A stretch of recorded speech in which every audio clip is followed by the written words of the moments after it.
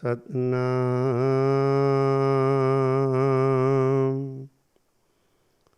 Waheguru JIO. ਜਿਨ੍ਹਾਂ ਦੇ ਸੰਦੜਿਆਂ ਦੁਰਮਤ ਵੰਜੈ, ਮਿੱਤਰ ਸਾਡੜੇ ਸਈ।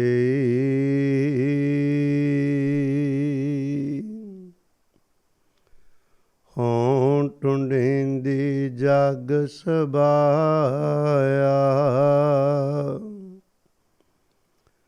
ਜਨ ਨਾਨਕ ਵਿਰਲੇ ਕੇ।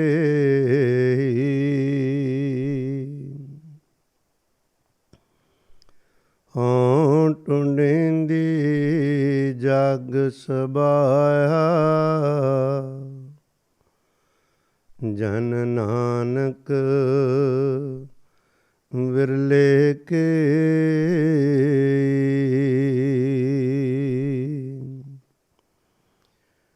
ਬੇਸ਼ੁਮਾਰ ਅਥਾਹ ਅਗਨਿਤ ਅਤੋਲੈ, ਜਿਉ ਬੁਲਾਵੋ ਤਿਉ ਨਾਨਕ ਦਾਸ ਬੋਲੇ। ਪਰਮ ਸਤਿਕਾਰਯੋਗ ਸਤਿਗੁਰੂ ਸਵਾਰੀ ਸਾਧ ਸੰਗਤ ਜੀਓ,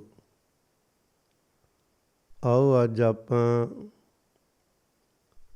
ਸਤਿਗੁਰੂ ਸ੍ਰੀ ਗੁਰੂ ਗ੍ਰੰਥ ਸਾਹਿਬ ਪਾਤਸ਼ਾਹ ਜੀ ਦੇ ਪਾਵਨ ਪਵਿੱਤਰ ਬਚਨਾਂ ਨੂੰ ਕਮਾਉਣ ਵਾਲੇ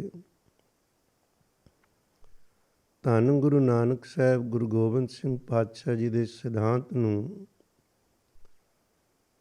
ਬਹੁਤ ਪਿਆਰ ਤੇ ਵੱਡੀ ਪੱਧਰ ਤੇ ਪ੍ਰਚਾਰਨ ਵਾਲੇ,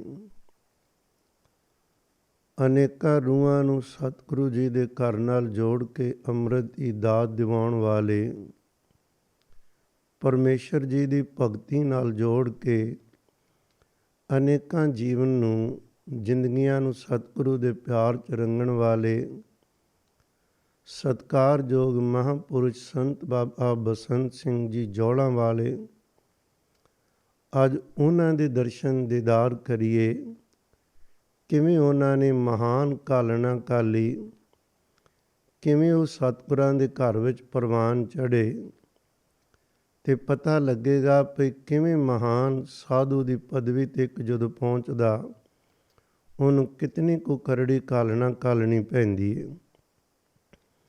ਸਤਿਗੁਰੂ ਜੀ ਦੇ ਚਰਨਾਂ ਦਾ ਧਿਆਨ ਧਰੀਏ। ਮਹਾਰਾਜ ਜੀ ਆਪ ਕਿਰਪਾ ਕਰਕੇ ਸੇਵਾ ਲੈਣ। ਫਤਿਹ ਬੁਲਾਓ, ਅਦਬ ਨਾਲ ਆਖੋ ਜੀ ਵਾਹਿਗੁਰੂ ਜੀ ਕਾ ਖਾਲਸਾ, ਵਾਹਿਗੁਰੂ ਜੀ ਕੀ ਫਤਿਹ। ਇੱਕ ਬਚਨ ਆਪਾਂ ਸਾਰਾ ਪੰਥ ਪੜ੍ਹਦਾ ਬੜੇ ਪਿਆਰ ਨਾਲ। ਜਿਨੀ ਨਾਮ ਧਿਆਇਆ ਆ ਗਏ ਮਸਕਤ ਕਾਲ, ਨਾਨਕ ਤੇ ਮੁਖ ਉਜਲੇ ਕੀਤੀ ਛੁੱਟੀ ਨਾਲ। ਹੁਕਮ ਹੈ ਭਈ ਜਿਨ੍ਹਾਂ ਨੇ ਨਾਮ ਧਿਆਇਆ, ਧਿਆਉਣਾ। ਦੂਸਰਾ ਗਏ ਮਸਕਤ ਕਾਲ। ਕਾਲ ਦਾ ਮਤਲਬ ਹੀ ਇਹ ਵੀ ਮਸ਼ੱਕਤ ਦਾ ਵੀ ਬਹੁਤ ਕਠਿਨ ਜਪ ਤਪ ਕਰਨਾ, ਬਹੁਤ ਵਧੇਰੇ ਮਿਹਨਤ ਕਰਨੀ। ਇੱਕ ਹੁੰਦਾ ਥੋੜ੍ਹਾ ਜਿਹਾ ਪਾਠ ਸੇਵਾ ਸਿਮਰਨ ਕਰਨਾ। ਘਾਲਣਾ ਜਦੋਂ ਆ ਗਏ, ਇਹਦਾ ਮਤਲਬ ਦਿਨ ਰਾਤ ਜਿਨ੍ਹਾਂ ਨੇ ਇੱਕ ਕੀਤਾ ਹੈ, ਜਿਨ੍ਹਾਂ ਦੇ ਅੰਦਰ ਇੱਕੋ ਲਗਨ ਪਰਮੇਸ਼ਰ ਨੇ ਲਾ ਦਿੱਤੀ, ਭਈ ਉਹਨਾਂ ਚਿਰ ਜਪੀ ਜਾਣਾ ਜਿਤਨਾ ਚਿਰ ਸਰੀਰ ਅੰਦਰੋਂ ਗੁਰ ਸਾਖੀ ਜੋਤ ਪ੍ਰਗਟ ਖੋਏ ਦੇ ਤਿਦਾਰ ਨਹੀਂ ਹੁੰਦੇ। ਸਾਹਿਬ ਕਹਿੰਦੇ ਦਰਗਾਹ ਵਿੱਚ ਉਹਨਾਂ ਦੀ ਮੁੱਖ ਉਜਲੇ ਹੁੰਦੇ ਨੇ, ਜਿਹੜੇ ਕਿ ਮਸਕਤਾਂ ਤੇ ਘਾਲਣਾ ਘਾਲਦੇ। ਕੇਵਲ ਫਿਰ ਉਹ ਨਹੀਂ ਬਖਸ਼ੇ ਜਾਂਦੇ, ਉਹਨਾਂ ਦੀ ਬਦੌਲਤ ਕੀਤੀ ਛੁੱਟੀ ਨਾਲ ਅਨੇਕਾਂ ਰੂਹਾਂ ਨੂੰ ਵੀ ਜਨਮ ਮਰਨ ਤੋਂ ਛੁੱਟੀ ਮਿਲਦੀ। ਛੁੱਟ ਜਾਂਦੇ ਵਿਸ਼ੇ ਵਿਕਾਰਾਂ ਤੋਂ, ਜਨਮ ਤੇ ਮਰਨ ਤੋਂ। ਮੈਂ ਪੜ੍ਹ ਰਿਹਾ ਸਾਂ ਵਿਦਵਾਨਾਂ ਦੇ ਬਚਨ। ਸਤਿਗੁਰਾਂ ਦੇ ਇੱਕ ਬਚਨ ਹੁੰਦੇ ਨਾ, ਕੁੰਗੂ ਕੀ ਕਾਇਆ ਰਤਨਾ ਕੀ ਲਲਤਾ, ਅਗਰ ਵਾਸ ਤਨ ਵਾਸ ਆਸ। ਕਹਿੰਦੇ ਜਿਹੜੀ ਅਗਰ ਦਾ ਹੈ ਨਾ ਬੂਟਾ, ਉਹ 50 ਸਾਲ ਇਸ ਧਰਤੀ 'ਤੇ ਜਦੋਂ ਲਗਾਤਾਰ ਖੜਾ ਰਹਿੰਦਾ, ਫਿਰ ਉਹਦੇ ਵਿੱਚ ਸੁਗੰਧੀ ਭਰਤੀ ਹੈ 50 ਸਾਲ। ਵਾਸਨਾ ਜਿਹੜੀ ਏ ਉਹ ਅਗਰ ਵਿੱਚ 50 ਸਾਲ ਇੱਕ ਜਗ੍ਹਾ ਖਲੋਤਾ ਹੈ। ਪੜ੍ਹ ਰਿਹਾ ਸਾਂ ਲਾਲ ਕਿਵੇਂ ਬਣਦੇ ਹਨ। ਇੱਕ ਪੱਥਰ 'ਤੇ 1000 ਸਾਲ ਸੂਰਜ ਦੀ ਕਿਰਨ ਲਗਾਤਾਰ ਪਵੇ, ਫਿਰ ਜਾ ਕੇ ਉਸ ਪੱਥਰ ਤੋਂ ਲਾਲ ਬਣਦਾ ਹੈ। ਪਿਆਰਿਓ, ਜਿਹੜੇ ਨਿਰੰਕਾਰ ਦੇ ਘਰ ਵਿੱਚ ਪ੍ਰਵਾਨ ਹੁੰਦੇ ਸਾਧੂ ਲੋਕ, ਜਿਨ੍ਹਾਂ ਦੀ ਜਗਤ ਮਹਿਮਾ ਕਰਦਾ ਏ, ਲਾਖਾ ਲੈਂਦਾ, ਉਹ ਕੋਈ ਘਰੋਂ ਉੱਠ ਕੇ ਚੋਲੇ ਪਾ ਕੇ ਸੁਬਾਹ ਸ਼ਾਮ ਦੇ ਥੋੜ੍ਹੇ ਪਾਠ ਕਰਨ ਨਾਲ ਜਾਂ 4 ਕੁ ਬੰਦਿਆਂ ਨੂੰ ਨਾਲ ਲੈ ਕੇ 4 ਦਿਨ ਕਿਸੇ ਡੇਰੇ 'ਚ ਰਹਿ ਕੇ ਉਹ ਸਾਧੂ ਨਹੀਂ ਬਣਦਾ। ਗੁਰੂ ਕੇ ਪਿਆਰਿਓ, ਸਾਧੂ ਦੀ ਬਹੁਤ ਵਧੇਰੇ ਘਾਲਣ ਤੋਂ ਬਾਅਦ ਉਹ ਪਦਵੀਆਂ ਮਿਲਦੀਆਂ ਨੇ। ਉਹਨਾਂ ਨੂੰ ਤਾਂ ਕੋਈ ਚਾਅ ਨਹੀਂ ਵੀ ਸਾਨੂੰ ਕੋਈ ਸਾਧੂ ਕਵੇ। ਇਹ ਤਾਂ ਚੀਜ਼ ਮੁੱਕੀ ਹੁੰਦੀ, ਉਹ ਤਾਂ ਦੁਨੀਆ ਤੋਂ ਛਿਪਦੇ ਹਨ। ਪਰ ਨਿਰੰਕਾਰ ਨੇ ਸੇਵਾ ਲੈਣੀ ਹੁੰਦੀ, ਪਹਿਲਾਂ ਉਹਨਾਂ ਨੂੰ ਹਰ ਪ੍ਰਕਾਰ ਦੇ ਪਰਚੇ ਪਾ, ਘਾਲਣਾ ਕਲਵਾ, ਮਿਹਨਤਾਂ ਮੁਸ਼ੱਕਤਾਂ ਕਰਵਾਉਂਦੇ ਨੇ। ਜਿਵੇਂ ਸੁਨਿਆਰ ਜਦੋਂ ਉਸਨੇ ਸੋਨੇ 'ਚੋਂ ਖੋਟ ਕੱਢਣਾ ਹੋਵੇ ਤਾਂ ਉਹਨੂੰ ਕੁਠਾਲੀ ਵਿੱਚ ਪਾ ਕੇ ਚੰਗੀ ਤਰ੍ਹਾਂ ਪਹਿਲਾਂ ਅੱਗ ਦਾ ਤਾ ਦਿੰਦਾ, ਕਸਵੱਟੀਆਂ ਲਾ ਕੇ ਪਰਖਣ ਤੋਂ ਬਾਅਦ ਕਹਿੰਦਾ ਲਓ ਬਈ ਲੈ ਜਾਓ, ਇਹ ਸ਼ੁੱਧ ਸੋਨਾ ਜੇ। ਬਿਲਕੁਲ ਇਸੇ ਤਰ੍ਹਾਂ ਹੀ ਗੁਰੂ ਕੇ ਪਿਆਰਿਓ, ਜਦੋਂ ਕੋਈ ਮਹਾਂਪੁਰਖ ਦੀ ਪਦਵੀ 'ਤੇ ਪਹੁੰਚਦਾ ਏ, ਬਹੁਤ ਪਿਆਰਾ ਬਚਨ ਭਾਈ ਗੁਰਦਾਸ ਸਾਹਿਬ ਨੇ ਕਿਹਾ ਹੈ। ਉਹ ਕਹਿੰਦੇ ਜਿਹੜੇ ਲੋਕ ਵਿਸ਼ਵਾਸ ਕਰਦੇ ਤੀਰਥਾਂ 'ਤੇ, ਬੰਦੇ ਜਦੋਂ ਪਾਪਾਂ ਦੀ ਮੈਲ ਭਰ ਜਾਏ ਤੇ ਕਹਿੰਦੇ ਤੀਰਥਾਂ 'ਤੇ ਨਹਾਓ, ਮੈਲ ਉਤਰ ਜਾਏਗੀ। ਪਰ ਸਵਾਲ ਇਹ, ਜੇ ਤੀਰਥ ਮੈਲੇ ਹੋ ਜਾਣ, ਲੋਕਾਂ ਦੀ ਮੈਲ ਧੋ ਕੇ, ਉਹਨਾਂ ਦੀ ਮੈਲ ਜੇ ਧੋਣੀ ਹੋਵੇ ਤੇ ਕੌਣ ਧੋਵੇਗਾ? ਭਾਈ ਸਾਹਿਬ ਕਹਿੰਦੇ ਉੱਥੇ ਕਿਸੇ ਪੂਰਨ ਸਾਧੂ ਦੇ ਚਰਨ ਪੈ ਜਾਣ ਤੀਰਥ 'ਤੇ, ਤੀਰਥੀ ਦੀ ਇਤਨੀ ਮੈਲ ਧੁੱਪ ਜਾਂਦੀ ਹੈ। ਫਿਰ ਨਾਲ ਹੀ ਸਵਾਲ ਕਰਦੇ ਹਨ ਵੀ ਉਹ ਸਾਧੂ ਬਣਦਾ ਕਿਵੇਂ ਹੈ? ਕਿੰਨੇ ਕੁ ਸਾਧੂ ਹੁੰਦੇ ਜਿਹੜੇ ਤੀਰਥਾਂ ਦੀ ਵੀ ਮੈਲ ਧੋਣ ਦੀ ਸਮਰੱਥਾ ਰੱਖਦੇ ਹੋਣ? ਗੱਲ ਆਪਾਂ ਕਰਨੀ ਸਤਿਕਾਰਯੋਗ ਬਾਬਾ ਬਸੰਤ ਸਿੰਘ ਜੌਲਾਂ ਵਾਲਿਆਂ ਦੀ, ਪਰ ਮੈਂ ਚਾਹੁੰਦਾ ਥੋੜ੍ਹਾ ਉਸ ਨੂੰ ਸਮਝਣ ਲਈ 1-2 ਬਚਨ ਗੁਰਬਾਣੀ ਤੇ ਭਾਈ ਗੁਰਦਾਸ ਸਾਹਿਬ 'ਤੇ ਵੇਖ ਲਈਏ। ਭਾਈ ਸਾਹਿਬ ਕਹਿੰਦੇ ਤੀਰਥ ਨਾਤੇ ਪਾਪ ਜਾਣ, ਪਤਤ ਉਦਾਹਰਣ ਨਾਉ ਧਰਾਇਆ। ਕਹਿੰਦੇ ਭਈ ਇਹ ਤੀਰਥਾਂ ਦੀ ਮੈਲ ਉਤਰਦੀ, ਉਹਨਾਂ ਨੂੰ ਕਹਿੰਦੇ ਵੀ ਪਾਪ ਤੋਂ ਧੋਤੇ ਤੇ ਪਤਤ ਉਦਾਹਰਣ ਨੇ। ਪਰ ਤੀਰਥ ਹੋਣ ਸਕਾਰਥੇ ਸਾਧ ਜਨਾਂ ਕਾ ਦਰਸ਼ਨ ਪਾਇਆ। ਤੀਰਥਾਂ ਦੀ ਮੈਲ ਸਾਧੂ ਜਨ ਉਤਾਰਦੇ ਨੇ। ਕਹਿੰਦੇ ਸਾਧ ਹੋਏ ਮਨ ਸਾਧ ਕੇ ਚਰਨ ਕਵਲ ਗੁਰ ਚਿੱਤ ਵਸਾਇਆ। ਸਾਧੂ ਉਹ ਨਹੀਂ ਜਿਹਨੇ ਕੇਵਲ ਕੱਪੜੇ ਪਾ ਲਏ, ਕਿਸੇ ਡੇਰੇ ਦਾ ਮਾਲਕ ਬਣ ਗਿਆ, ਜਾਂ ਕਿਸੇ ਪ੍ਰੋਪਰਟੀ ਦੇ ਉੱਤੇ ਬਹਿ ਕੇ ਉਹਨੇ ਅਖਬਾਰਾਂ 'ਚ ਦੇ ਕੇ ਆਖ ਦਿੱਤਾ ਮੈਂ ਸਾਧੂ ਨਹੀਂ। ਸਾਧੂ ਜਿਹਦੇ ਚਿੱਤ ਅੰਦਰ ਕੇਵਲ ਗੁਰੂ ਨਾਨਕ ਸਾਹਿਬ ਦੇ ਹੁਣ ਚਰਨ ਹੀ ਚਰਨ ਰਹਿ ਜਾਣ। ਉਹਨਾਂ ਦੇ ਚਰਨਾਂ ਤੋਂ ਮਤਲਬ ਗੁਰੂ ਕੇ ਸ਼ਬਦ। ਉਹ ਕੋਈ ਵਿਰਲਾ ਹੁੰਦਾ ਜਿਹੜਾ ਦਿਨ ਰਾਤ ਸਾਧਨਾ ਕਰਦਾ ਹੈ। ਕਹਿੰਦੇ ਉਪਮਾ ਸਾਧ ਅਗਾਧ ਬੋਧ, ਕੋਟ ਮਦੇ ਕੋ ਸਾਧ ਸਦਾਇਆ। ਸਾਧੂ ਦੀ ਪਦਵੀ ਵੱਲ ਸਾਧਨ ਲਈ ਅਨੇਕਾਂ ਲੋਕ ਤੁਰਦੇ ਹਨ, ਪਰ ਪਹੁੰਚਣ ਵਾਲੇ ਕਰੋੜਾਂ 'ਚੋਂ 1 ਅੱਧ ਵਿਰਲੇ ਹੁੰਦੇ ਨੇ। ਜਿਹੜਾ ਉਹ ਵਿਰਲਾ ਇੱਕ ਹੀ ਬਹੁਤ ਹੈ। ਇੱਕ ਦੀ ਬਦੌਲਤ ਕਿੰਨੇ ਕੁ ਲੋਕਾਂ ਦਾ ਭਲਾ ਹੁੰਦਾ ਹੈ। ਗੁਰੂ ਗ੍ਰੰਥ ਸਾਹਿਬ ਪਾਤਸ਼ਾਹ ਦੇ ਬਚਨ ਨੇ, ਜੋ ਮਨ ਚਿਤ ਇੱਕ ਆਰਾਧ ਦੇ ਤਿਨ ਕੀ ਬਰਕਤ ਖਾਏ ਅਸੰਖ ਕਰੋੜੇ। ਕਹਿੰਦੇ ਇੱਕ ਬਖਸ਼ਿਆ ਜਾਵੇ ਤੇ ਉਹਦੇ ਪੈਰਾਂ ਪਿੱਛੇ ਸੰਖਾਂ ਕਰੋੜਾਂ ਲੋਕ ਬਖਸ਼ੇ ਜਾਂਦੇ ਨੇ। ਤੁਸੀਂ ਇਹ ਕਹਾਣੀ ਸੁਣੀ ਹੋਣੀ। ਰਾਜਾ ਜਨਕ ਕਹਿੰਦੇ ਜਦੋਂ ਲੰਘ ਰਿਹਾ ਸੀ ਤੇ ਜੀਵਾਂ ਦੀ ਕੁਰਲਾਟ ਸੁਣੀ। ਭਾਈ ਗੁਰਦਾਸ ਸਾਹਿਬ ਨੇ ਬਚਨ ਲਿਖੇ ਨੇ ਤੇ ਕਹਿੰਦੇ ਉਸ ਕੁਰਲਾਟ ਨੂੰ ਸੁਣ ਕੇ ਪੁੱਛਿਆ ਕੌਣ ਨੇ? ਕਹਿੰਦੇ ਜਿਨ੍ਹਾਂ ਜੀਵਾਂ ਨੇ ਪਾਪ ਕੀਤੇ ਸੀ ਨਾ, ਉਹਨਾਂ ਨੂੰ ਧਰਮਰਾਜ ਨਰਕਾਂ ਵਿੱਚ ਪਾ ਕੇ ਦੁੱਖ ਦੇ ਰਿਹਾ ਹੈ। ਕਹਿਣ ਲੱਗੇ ਕੁਰਲਾਟ ਸੁਣੀ ਨਹੀਂ ਜਾਂਦੀ। ਜਿਨ੍ਹਾਂ ਦੇ ਆਪਣੇ ਕਰਮਾਂ ਦੀ ਸਜ਼ਾ ਹੈ, ਕੋਈ ਤਰੀਕਾ ਹੈ ਬਖਸ਼ੇ ਜਾਣ। ਕਹਿੰਦੇ ਖਾਂ ਜੇਕਰ ਕੋਈ ਪੂਰਨ ਸਾਧੂ ਨਾਮ ਇਹਦੇ ਬਦਲੇ ਪਰਮੇਸ਼ਰ ਦਾ ਦੇ ਦੇਵੇ ਕਮਾਈ 'ਚੋਂ, ਫਿਰ ਬਖਸ਼ੇ ਜਾ ਸਕਦੇ ਨੇ। ਕਹਿੰਦੇ ਰਾਜਾ ਜਨਕ ਖਲੋਗੇ, ਕਹਿੰਦੇ ਮੈਂ ਹਾਜ਼ਰ ਹਾਂ। ਇੱਕ ਕਿਣਕਾ ਕਮਾਈ 'ਚੋਂ ਦਿੱਤਾ ਤੇ ਸਾਰਾ ਹੀ ਨਰਕ ਖਾਲੀ ਹੋ ਗਿਆ। ਤੋਲ ਰਹੇ ਸੀ ਨਾ ਗੱਲ ਸਮਝਾਉਣ ਨੂੰ। ਕਹਿੰਦੇ ਇੱਧਰ ਕਿਣਕਾ ਕੋ ਕਮਾਈ ਪਾਈ ਤੇ ਨਰਕ ਖਾਲੀ ਖੋ ਗਿਆ। ਪਿਆਰਿਓ, ਕਿਸੇ ਦੀਆਂ ਜ਼ਿੰਦਗੀਆਂ ਨਰਕ ਵਰਗੀਆਂ, ਉਹਨਾਂ ਨੂੰ ਸਵਰਗ ਵਰਗਾ ਮਾਹੌਲ ਦੇਣਾ ਹਰ ਬੰਦਾ ਨਹੀਂ ਦੇ ਸਕਦਾ। ਮੈਂ ਅੱਜ ਗੱਲ ਕਰਨ ਲੱਗਾ ਵਾਂ ਸੰਤ ਬਾਬਾ ਬਸੰਤ ਸਿੰਘ ਜੀ ਜੌਲਾਂ ਵਾਲੇ, ਉਹਨਾਂ ਨੂੰ ਕਿਹਾ ਜਾਂਦਾ ਹੈ। ਇਹਨਾਂ ਮਹਾਂਪੁਰਖਾਂ ਨੇ ਹੁਸ਼ਿਆਰਪੁਰ ਵਿੱਚ ਇੱਕ ਪਿੰਡ ਨੇ ਮਰੂਲਾ, ਉੱਥੇ ਪੈਦਾ ਹੋਏ। 1885 ਵਿੱਚ ਮਹਾਂਪੁਰਖਾਂ ਦਾ ਜਨਮ ਹੁੰਦਾ ਹੈ। 9 ਨਵੰਬਰ 1971 ਤੱਕ ਨਿਰੰਕਾਰ ਨੇ ਇਹ ਸਰੀਰ ਇਹਨਾਂ ਨੂੰ ਬਖਸ਼ਿਆ ਸੀ। 1885 ਤੋਂ 1971 ਤੱਕ ਪੁਰਾਣੀ ਕਮਾਈ ਸੀ। 17 ਕੁ ਸਾਲ ਦੇ ਹੋਏ ਤੇ ਵਿਆਹੇ ਗਏ। ਨਿਰੰਕਾਰ ਨੇ ਇੱਕ ਪੁੱਤਰ ਦੀ ਦਾਤ ਵੀ ਦਿੱਤੀ, ਪਰ ਇਹਨਾਂ ਦਾ ਅੰਦਰ ਨਹੀਂ ਸੀ ਇਸ ਦੁਨੀਆ ਵਿੱਚ ਖੋਬਰਿਆ। ਉੱਡ ਉੱਡ ਪੈਂਦਾ ਸੀ ਇਹ ਜੀਵਨ ਕਿਸੇ ਹੋਰ ਕਾਜ ਲਈ ਮਿਲਿਆ। ਅੰਦਰ ਉਤਾਵਲਾ ਤੇ ਕਾਹਲਾ ਸੀ। ਪਤਾ ਨਹੀਂ ਕਿਉਂ ਖਿੱਚ ਪੈ ਰਹੀ ਉਸ ਅਣਡਿੱਠੇ ਮਾਖੀ ਦੀ। ਖੁਰੇ ਕਿਉਂ ਰਾਤਾਂ ਨੂੰ ਬੈਰਾਗ ਵਿੱਚ ਇਹ ਰਾਤਾਂ ਲੰਘਦੀਆਂ ਨੇ। ਦਿਨੇ ਵੀ ਵੇਖਣਾ ਤੇ ਅੰਦਰ ਕੱਲਾ, ਕਿਸੇ ਵੀ ਦੁਨੀਆ ਦੀ ਚੀਜ਼ ਨਾਲ ਕੋਈ ਮੋਹ ਜਾਂ ਪਕੜ ਨਹੀਂ। ਪਿਆਰ ਬੈਰਾਗ ਵਿੱਚ ਭੇਜੇ। ਇੱਕ ਦਿਨ ਮੋਢੇ 'ਤੇ ਖੇਸ ਰੱਖਿਆ ਤੇ ਤੁਰ ਪਏ। ਅਰਦਾਸਾਂ ਕੀਤੀਆਂ ਕਿ ਧੰਨ ਗੁਰੂ ਨਾਨਕ ਸਾਹਿਬ, ਮਿਲਾ ਮੈਨੂੰ ਕਿਸੇ ਬਖਸ਼ੇ ਨੂੰ, ਜੋ ਮਿਲਿਆ ਖੋਇਆ ਏ ਮੈਨੂੰ ਮਿਲਾ ਦੇਵੇ। ਮੈਨੂੰ ਮਿਲਾ ਜਿਹੜਾ ਦੀਵਾ ਜਗ ਚੁੱਕਾ ਏ, ਮੇਰੇ ਅੰਦਰ ਦਾ ਦੀਵਾ ਜਗਾ ਦੇਵੇ। ਦਾਤਾ ਦਰਸ਼ਨ ਕਰਾ ਜਿਹੜਾ ਤੇਰੇ ਘਰ ਪ੍ਰਵਾਨ ਖੋ ਗਿਆ, ਤੇ ਮੈਨੂੰ ਵੀ ਪ੍ਰਵਾਨ ਕਰਾ ਲਵੇ। ਦਾਤਾ ਮੈਨੂੰ ਦੇ ਉਹ ਰੂਹ ਦਾ ਮਿਲਾਪ, ਜਿਹੜੇ ਮੈਨੂੰ ਸਦਾ ਲਈ ਮੇਰੇ ਅੰਦਰ ਬੈਠੇ ਹੋਏ ਸਾਈਂ ਦੇ ਚਰਨਾਂ 'ਚ ਬਿਠਾ ਦੇ। ਜਦੋਂ ਤੁਰ ਪਏ ਨੇ ਨਾ, ਤੇ ਰਸਤੇ ਵਿੱਚ ਇੱਕ ਇਹਨਾਂ ਨੂੰ ਫਕਰ ਮਿਲਿਆ। ਉਹ ਰੱਬ ਆਪ ਵਿਧੀਆਂ ਬਣਾਉਂਦਾ, ਕੋਈ ਐਵੇਂ ਨਹੀਂ ਮਿਲਦਾ ਫਕਰ। ਸਾਰੇ ਲੋਕਾਂ ਨੂੰ ਬਥੇਰੇ ਲੋਕ ਮਿਲਦੇ ਨੇ, ਕਿੰਨਿਆਂ ਤੁਕੂ ਤੇ ਕਿਸੇ ਦਾ ਅਸਰ ਹੁੰਦਾ ਹੈ। ਪਰ ਜਦੋਂ ਵਾਹਿਗੁਰੂ ਜੀ ਤਰਸਵਾਨ ਹੋਣ, ਉਹ ਤਰੁੱਠ ਪੈਣ, ਤੇ ਉਹ ਆਪ ਵਿਧੀਆਂ ਬਣਾਉਂਦੇ, ਆਪ ਕਿਸੇ ਦੀ ਜ਼ੁਬਾਨ 'ਤੇ ਬੈਠ ਕੇ ਉਹ ਹੱਲ ਦੱਸਦੇ। ਉਹ ਫਕਰ ਕਹਿਣ ਲੱਗਾ, ਨੌਜਵਾਨਾਂ ਚੱਲਿਆ, ਪਤਾ ਨਹੀਂ ਤੂੰ ਕਿੱਥੇ, ਮੈਨੂੰ ਲੋੜ ਇੱਕ ਖੇਸ ਦੀ ਤਨ ਢੱਕਣ ਨੂੰ, ਆ ਖੇਸ ਮੈਨੂੰ ਦੇ ਦੇ। ਇਹਨਾਂ ਨੇ ਇੱਕ ਵਾਰ ਨਹੀਂ ਸੋਚਿਆ, ਇੱਕਦਮ ਖੇਸ ਉਹਦੇ ਹਵਾਲੇ ਕੀਤਾ। ਹਵਾਲੇ ਕਰਕੇ ਵੇਖਿਆ ਵੀ ਇਹ ਨੌਜਵਾਨ ਉਸੇ ਤਰ੍ਹਾਂ ਗੰਭੀਰ ਰਿਹਾ। 20 ਸਾਲ ਦੀ ਉਮਰ ਸੀ, ਜਵਾਨੀ ਦੀ ਉਮਰ ਏ। ਅੰਦਰ ਪਿਆਰ ਹੋਵੇ ਤੇ ਚਿਹਰਾ ਆਪੇ ਦਗਦਗ ਕਰਦਾ ਹੈ।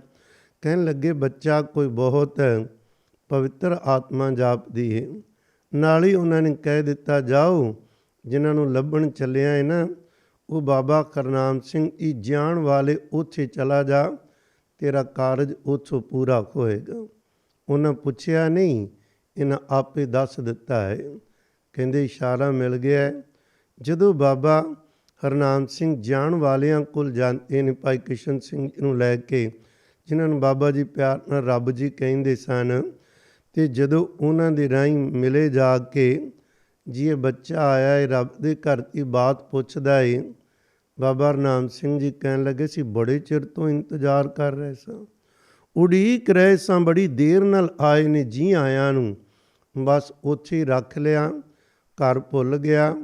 ਚੇਤਾ ਰਿਹਾ ਤੇ ਦਿਨ ਰਾਤ ਇੱਕੋ ਕੇਵਲ ਸ਼ਬਦ ਤੇ ਨਾਮ ਚੇਤਾ ਰਿਹਾ। ਉਹ ਨਾਮ ਕਿਹੋ ਜਿਹਾ, ਚੇਤਾ ਇਹੋ ਜਿਹਾ।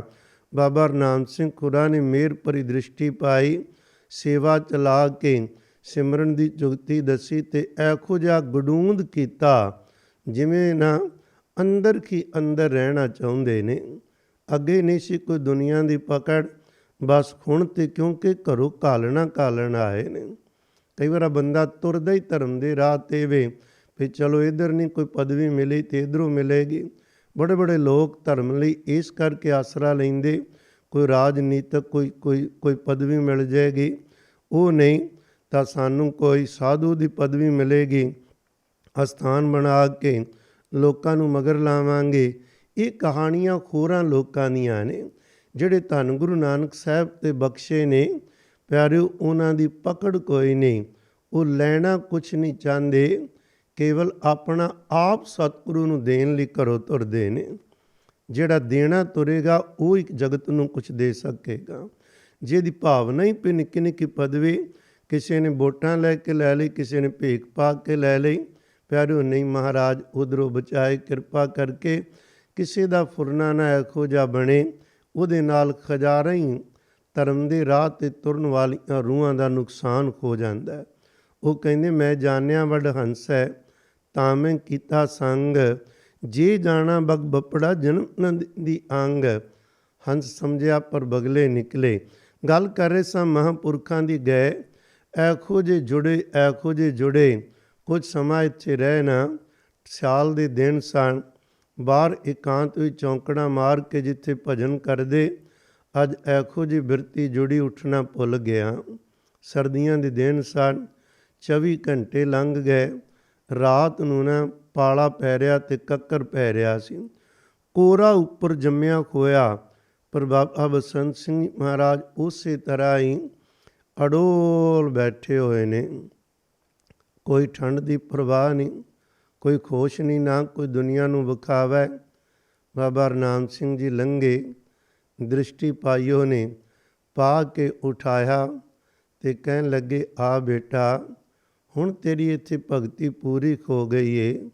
ਜਿਸ ਮੰਜ਼ਿਲ 'ਤੇ ਤੈਨੂੰ ਲੈ ਕੇ ਜਾਣਾ ਸੀ ਉਹ ਤੈਨੂੰ ਮਿਲ ਗਈ। ਹੁਣ ਤੂੰ ਇੱਥੇ ਭਲਾਣਾ ਪਿੰਡ ਏ, ਉੱਥੇ ਜਾ ਕੇ ਤੈਨੂੰ ਹੁਕਮ ਹੈ ਉਹਦੇ ਬਾਹਰ ਬੈਠ, ਉੱਥੇ ਕੁਝ ਸਮਾਂ ਭਗਤੀ ਕਰ। ਇਹ ਸਾਧੂਆਂ ਨੂੰ ਪਤਾ ਹੁੰਦਾ ਏ ਕਿੰਨਾ ਚਿਰ ਕਿੱਥੇ ਰੱਖਣਾ ਅਤੇ ਕਿਵੇਂ ਕਿਸੇ ਕੋਲੋਂ ਭਜਨ ਬੰਦਗੀ ਕਰਵਾਉਣੀ।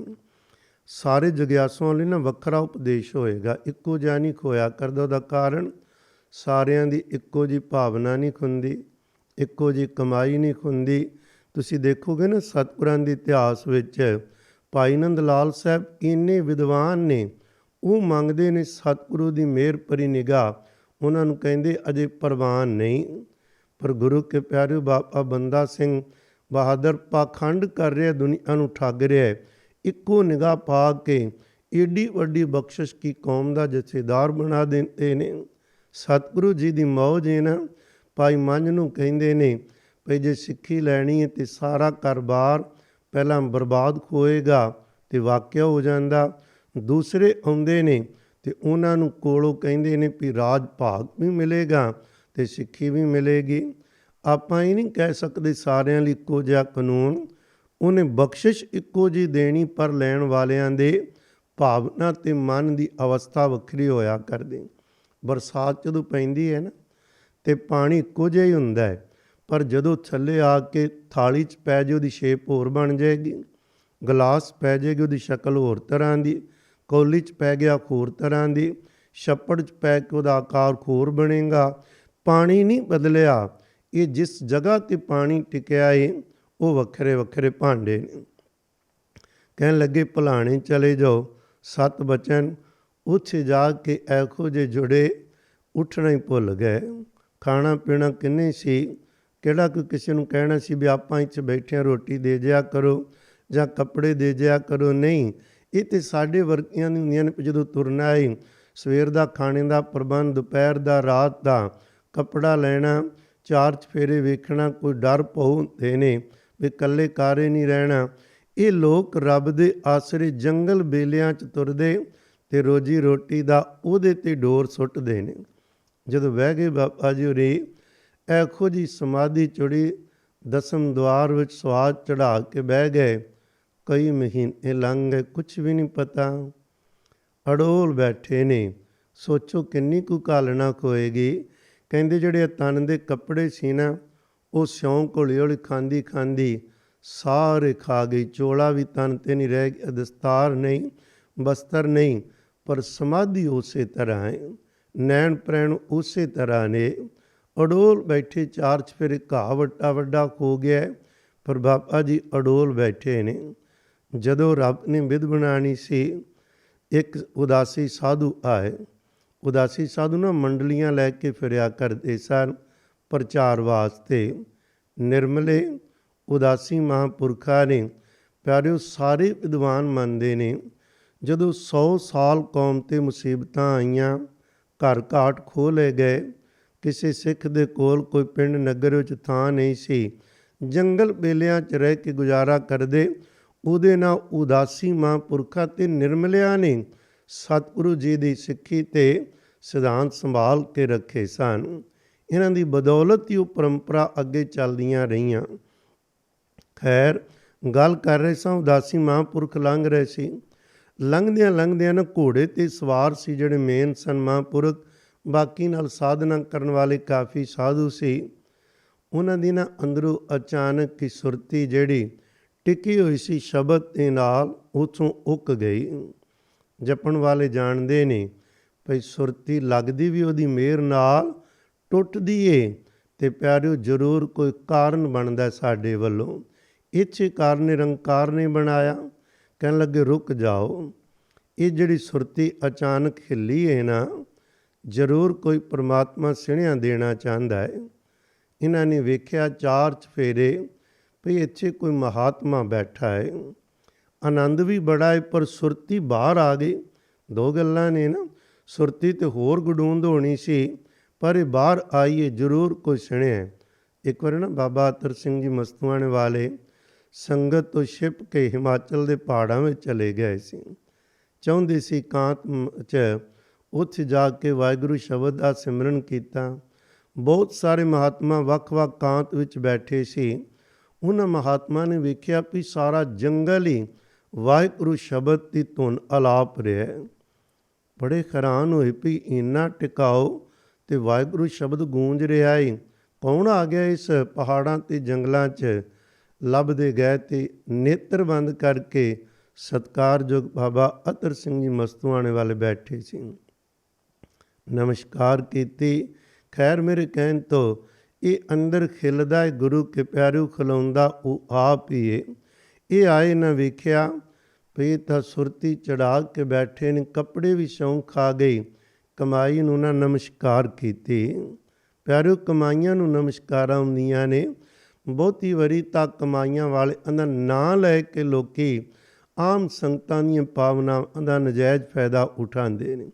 ਪਰ ਸਤਿਗੁਰੂ ਕਹਿੰਦੇ ਕਮਾਈ ਕਰੋ, ਸ਼ੋਭਾ ਪਰਮੇਸ਼ਰ ਆਪ ਕਰਵਾਉਂਦਾ, ਸੇਵਾ ਆਪ ਲੈਂਦਾ ਹੈ।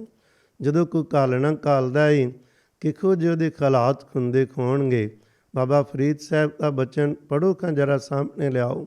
ਉਹ ਕਹਿੰਦੇ ਸੌਖਾ ਨਹੀਂ ਹੈ ਰੱਬ ਨੂੰ ਮਿਲਣਾ, ਇਹ ਕੋਈ ਖਾਲਾ ਜੀ ਦਾ ਵਾੜਾ ਨਹੀਂ, ਭਗਤ ਬਣ ਕੇ ਉਸ ਭਗਤੀ ਕਰਕੇ ਪ੍ਰਵਾਨ ਖੋ ਜਾਣਾ। ਉਹਨਾਂ ਦੇ ਬਚਨ ਨੇ ਬੜੇ ਪਿਆਰੇ।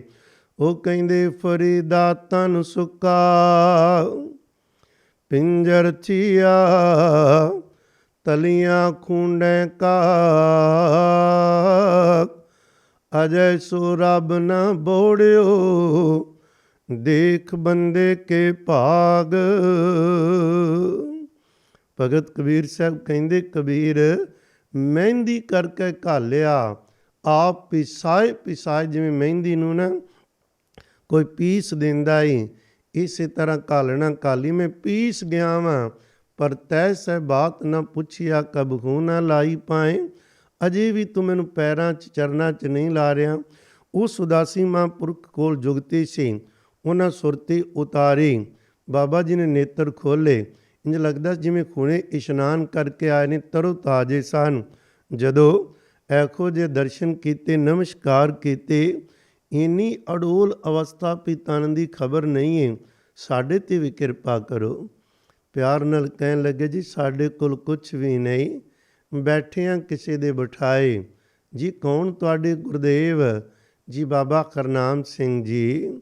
ਲੈ ਚੱਲ, ਜਿਨ੍ਹਾਂ ਦੇ ਸੇਵਕਾਂ ਦੀ ਇੰਨੀ ਘਾਲਣਾ, ਉਹ ਸਾਧੂ ਆਪ ਕਿਤਨਾ ਮਹਾਨ ਖੋਏਗਾ। ਪਿਆਰਿਓ, ਨਾਲ ਲੈ ਕੇ ਤੁਰ ਪਏ। ਬਾਬਾ ਹਰਨਾਮ ਸਿੰਘ ਜੀ ਨੇ ਬੜਾ ਪਿਆਰ ਕੀਤਾ ਉਹਨਾਂ ਮਹਾਤਮਾ ਨੂੰ। ਰਾਤ ਰੱਖਿਆ। ਉਹਨਾਂ ਨੇ ਰੂਹਾਨੀਅਤ ਦੀ ਮਾਰਗ ਜਿਹੜਾ ਪੁੱਛਣਾ ਸੀ ਪੁੱਛਿਆ, ਉਹਨਾਂ 'ਤੇ ਕਿਰਪਾ ਹੋਈ।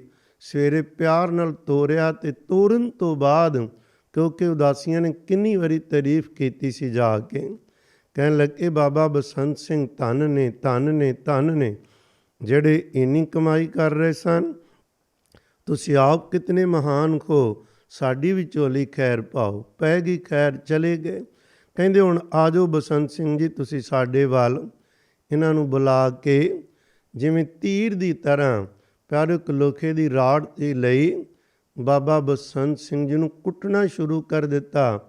ਸੁਣਾਈਏ, ਤੁਹਾਨੂੰ ਤਾਰੀਫ ਸੁਣਨ ਦੀ ਆਦਤ ਹੈ।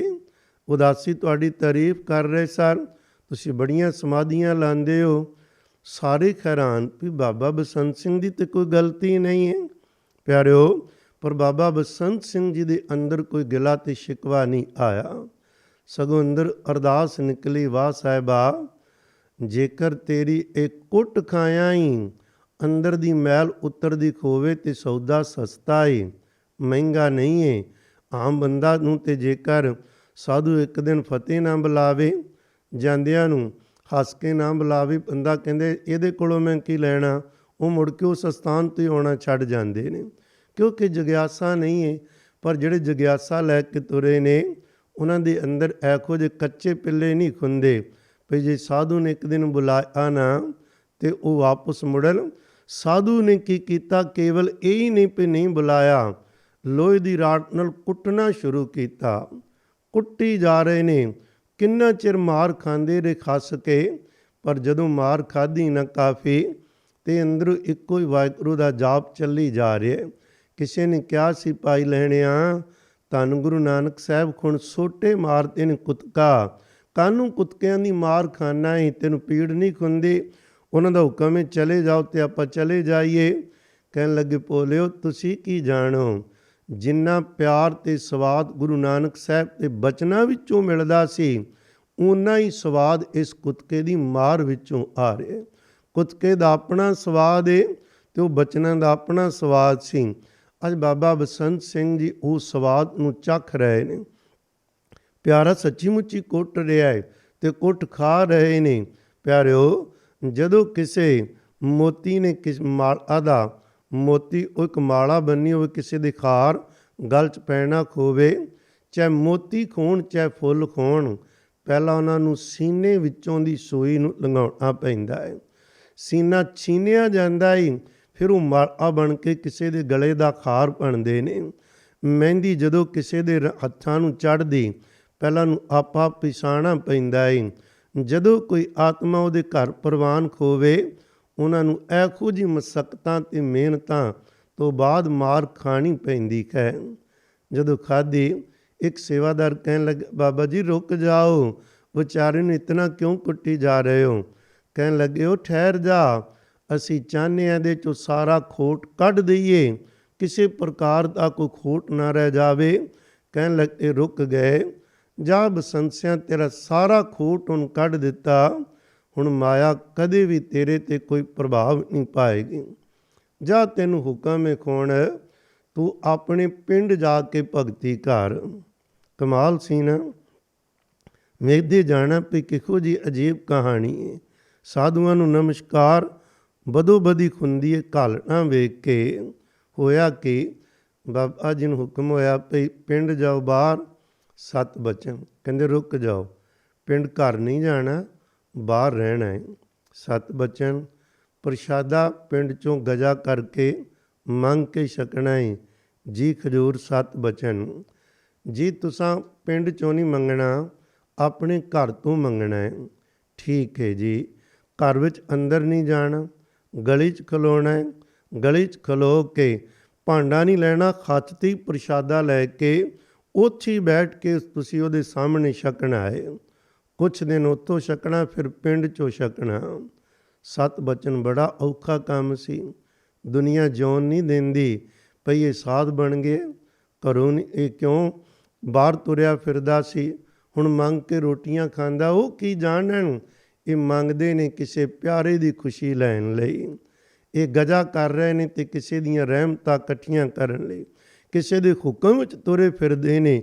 ਇਹ ਉਹ ਮੰਗਤੇ ਨਹੀਂ ਜਿਹੜੇ ਰੋਟੀ ਲਈ ਤੁਰੇ ਫਿਰਦੇ, ਇਹ ਉਹ ਮੰਗਤੇ ਨੇ ਜਿਹੜੇ ਨਿਰੰਕਾਰ ਕੋਲੋਂ ਉਹਦੇ ਦੀਦਾਰ ਦੀ ਖੈਰ ਮੰਗਦੇ ਨੇ। ਇਹ ਉਹਦੇ ਸਾਈਂ ਦੇ ਮੰਗਤੇ ਨੇ। ਭਾਈ ਨੰਦ ਲਾਲ ਸਾਹਿਬ ਇੱਕ ਬੜਾ ਪਿਆਰਾ ਬਚਨ ਕਿਹਾ ਹੈ। ਕਹਿਣ ਲੱਗੇ ਗੁਰੂ ਨਾਨਕ ਸਾਹਿਬ ਜਿਹੜੇ ਤੇਰੇ ਦਰ 'ਤੇ ਮੰਗਤੇ ਬਣ ਗਏ ਨਾ, ਉਹਨਾਂ ਮੰਗਤਿਆਂ ਦੇ ਚਰਨਾਂ ਵਿੱਚ ਦੁਨੀਆ ਦੀਆਂ ਬਾਦਸ਼ਾਹੀਆਂ ਰੁਲਦੀਆਂ ਫਿਰਦੀਆਂ ਨੇ, ਰੁਲਦੀਆਂ। ਇਹ ਤਾਂ ਕੁਝ ਵੀ ਨਹੀਂ, ਉਹ ਵੇਖਣ ਨੂੰ ਮੰਗਤੇ ਨੇ ਪਰ ਉਹ ਬਾਦਸ਼ਾਹਾਂ ਤੋਂ ਕਿਧਰੇ ਉੱਚੀਆਂ ਪਦਵੀਆਂ 'ਤੇ ਨੇ। ਇੱਕ ਬਚਨ ਕਰ ਦੇਣ ਕਿਸੇ ਨੂੰ ਪਿਆਰਿਓ ਬਾਦਸ਼ਾਹ ਬਣਾ ਸਕਦੇ ਨੇ, ਪਰ ਜੋ ਮੰਗਤੇ ਬਣਨਾ, ਮਰਨਾ ਜਿਉਂਦਿਆਂ ਜੀ ਮਰਨ ਵਾਲੀ ਕਹਾਣੀ ਹੈ ਨਾ, ਔਖੀ ਘਾਟੀ ਇਹਨੂੰ ਕਿਹਾ ਜਾਂਦਾ ਹੈ।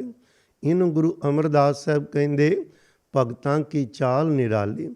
ਚਾਲਾਂ ਨਿਰਾਲੀ ਭਗਤਾਂ ਕੇਰੀ ਬਿਖਮ ਮਾਰਗ, ਚੱਲਣਾ ਬੜਾ ਔਖਾ ਮਾਰਗ ਏ, ਸੌਖਾ ਨਹੀਂ ਏ ਪਿਆਰਿਓ ਉਹਨੂੰ ਪਾਣਾ। ਮਿਹਨਤ ਜਿੰਨੀ ਵੱਡੀ ਦਾਤ ਲੈਣੀ ਹੋਵੇ ਉਨੀਆਂ ਵੱਡੀਆਂ ਕੀਮਤਾਂ ਵੀ ਤਾਰਨੀਆਂ ਪੈਂਦੀਆਂ ਨੇ।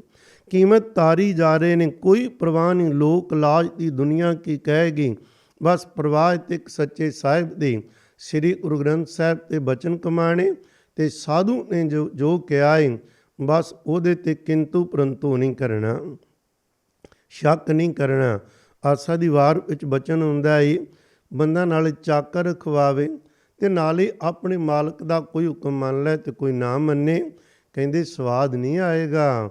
ਚਾਕਰ ਲੱਗੇ ਚਾਕਰੀ ਨਾਲੇ ਗਾਰਬਵਾਦ, ਗੱਲਾਂ ਕਰੇ ਕਨੇਰੀਆਂ ਖਸਮ ਨਾ ਪਾਏ ਸਾਧ। ਜੇ ਹੰਕਾਰ ਵੀ ਕਰੇ ਤੇ ਚਾਕਰ ਵੀ ਬਣੇ, ਗੱਲਾਂ ਨਾਲ ਤੇ ਬਣ ਜਾਏ ਵੀ ਪੂਰਾ ਵਾ, ਪਰ ਕਹਿੰਦੇ ਉਹਨੂੰ ਖਸਮ ਦਾ ਉਹ ਸਵਾਦ ਜਿਹੜਾ ਲੈਣ ਤੁਰਿਆ ਉਹ ਨਹੀਂ ਮਿਲਣਾ। ਪਰ ਬਾਬਾ ਬਸੰਤ ਸਿੰਘ ਜੀ ਤੁਰ ਪਏ। ਇਹ ਬਾਹਰ ਭਗਤੀ ਕਰਦੇ ਜਦੋਂ ਘਰੋਂ ਗਏ ਨਾ ਪਿੰਡ 'ਚ ਮੰਗਣ, ਬਾਹਰ ਖਲੋ ਕੇ ਵਾਜਾ ਦਿੱਤਾ। ਘਰ ਵਾਲੀ ਪ੍ਰਸ਼ਾਦਾ ਲੈ ਕੇ ਆਈ, ਕੋਈ ਫਕੀਰ ਮੰਗਣ ਆਇਆ। ਵੇਖਿਆ ਮੇਰਾ ਪਤੀ ਏ, ਬਹੁਤ ਰੋਈ ਕਲਪੀ ਦੁਖਾਈ ਦਿੱਤੀ। ਅੱਗੇ ਨਹੀਂ ਪਿੰਡ ਦੇ ਲੋਕ ਜਿਉਣ ਦਿੰਦੇ, ਆਪੇ ਘਰ ਛੱਡ ਗਿਆ, ਸਾਧ ਬਣ ਗਿਆ, ਹੁਣ ਮੰਗਣ ਤੁਰ ਪਏ ਹੋ। ਘਰ ਤੁਹਾਡਾ ਕਿਉਂ ਨਹੀਂ ਘਰ ਆ ਕੇ ਬੈਠ ਕੇ ਪ੍ਰਸ਼ਾਦਾ ਛਕਦੇ? ਇੱਥੇ ਭਗਤੀ ਨਹੀਂ ਹੁੰਦੀ। ਜੋ ਕੁਝ ਵੀ ਕਹਿਣਾ ਹੁੰਦਾ ਦੁਨੀਆ ਵਾਲਿਆਂ ਨੇ, ਉਸ ਮਾਂ ਨੇ ਕਹਿ ਦਿੱਤਾ।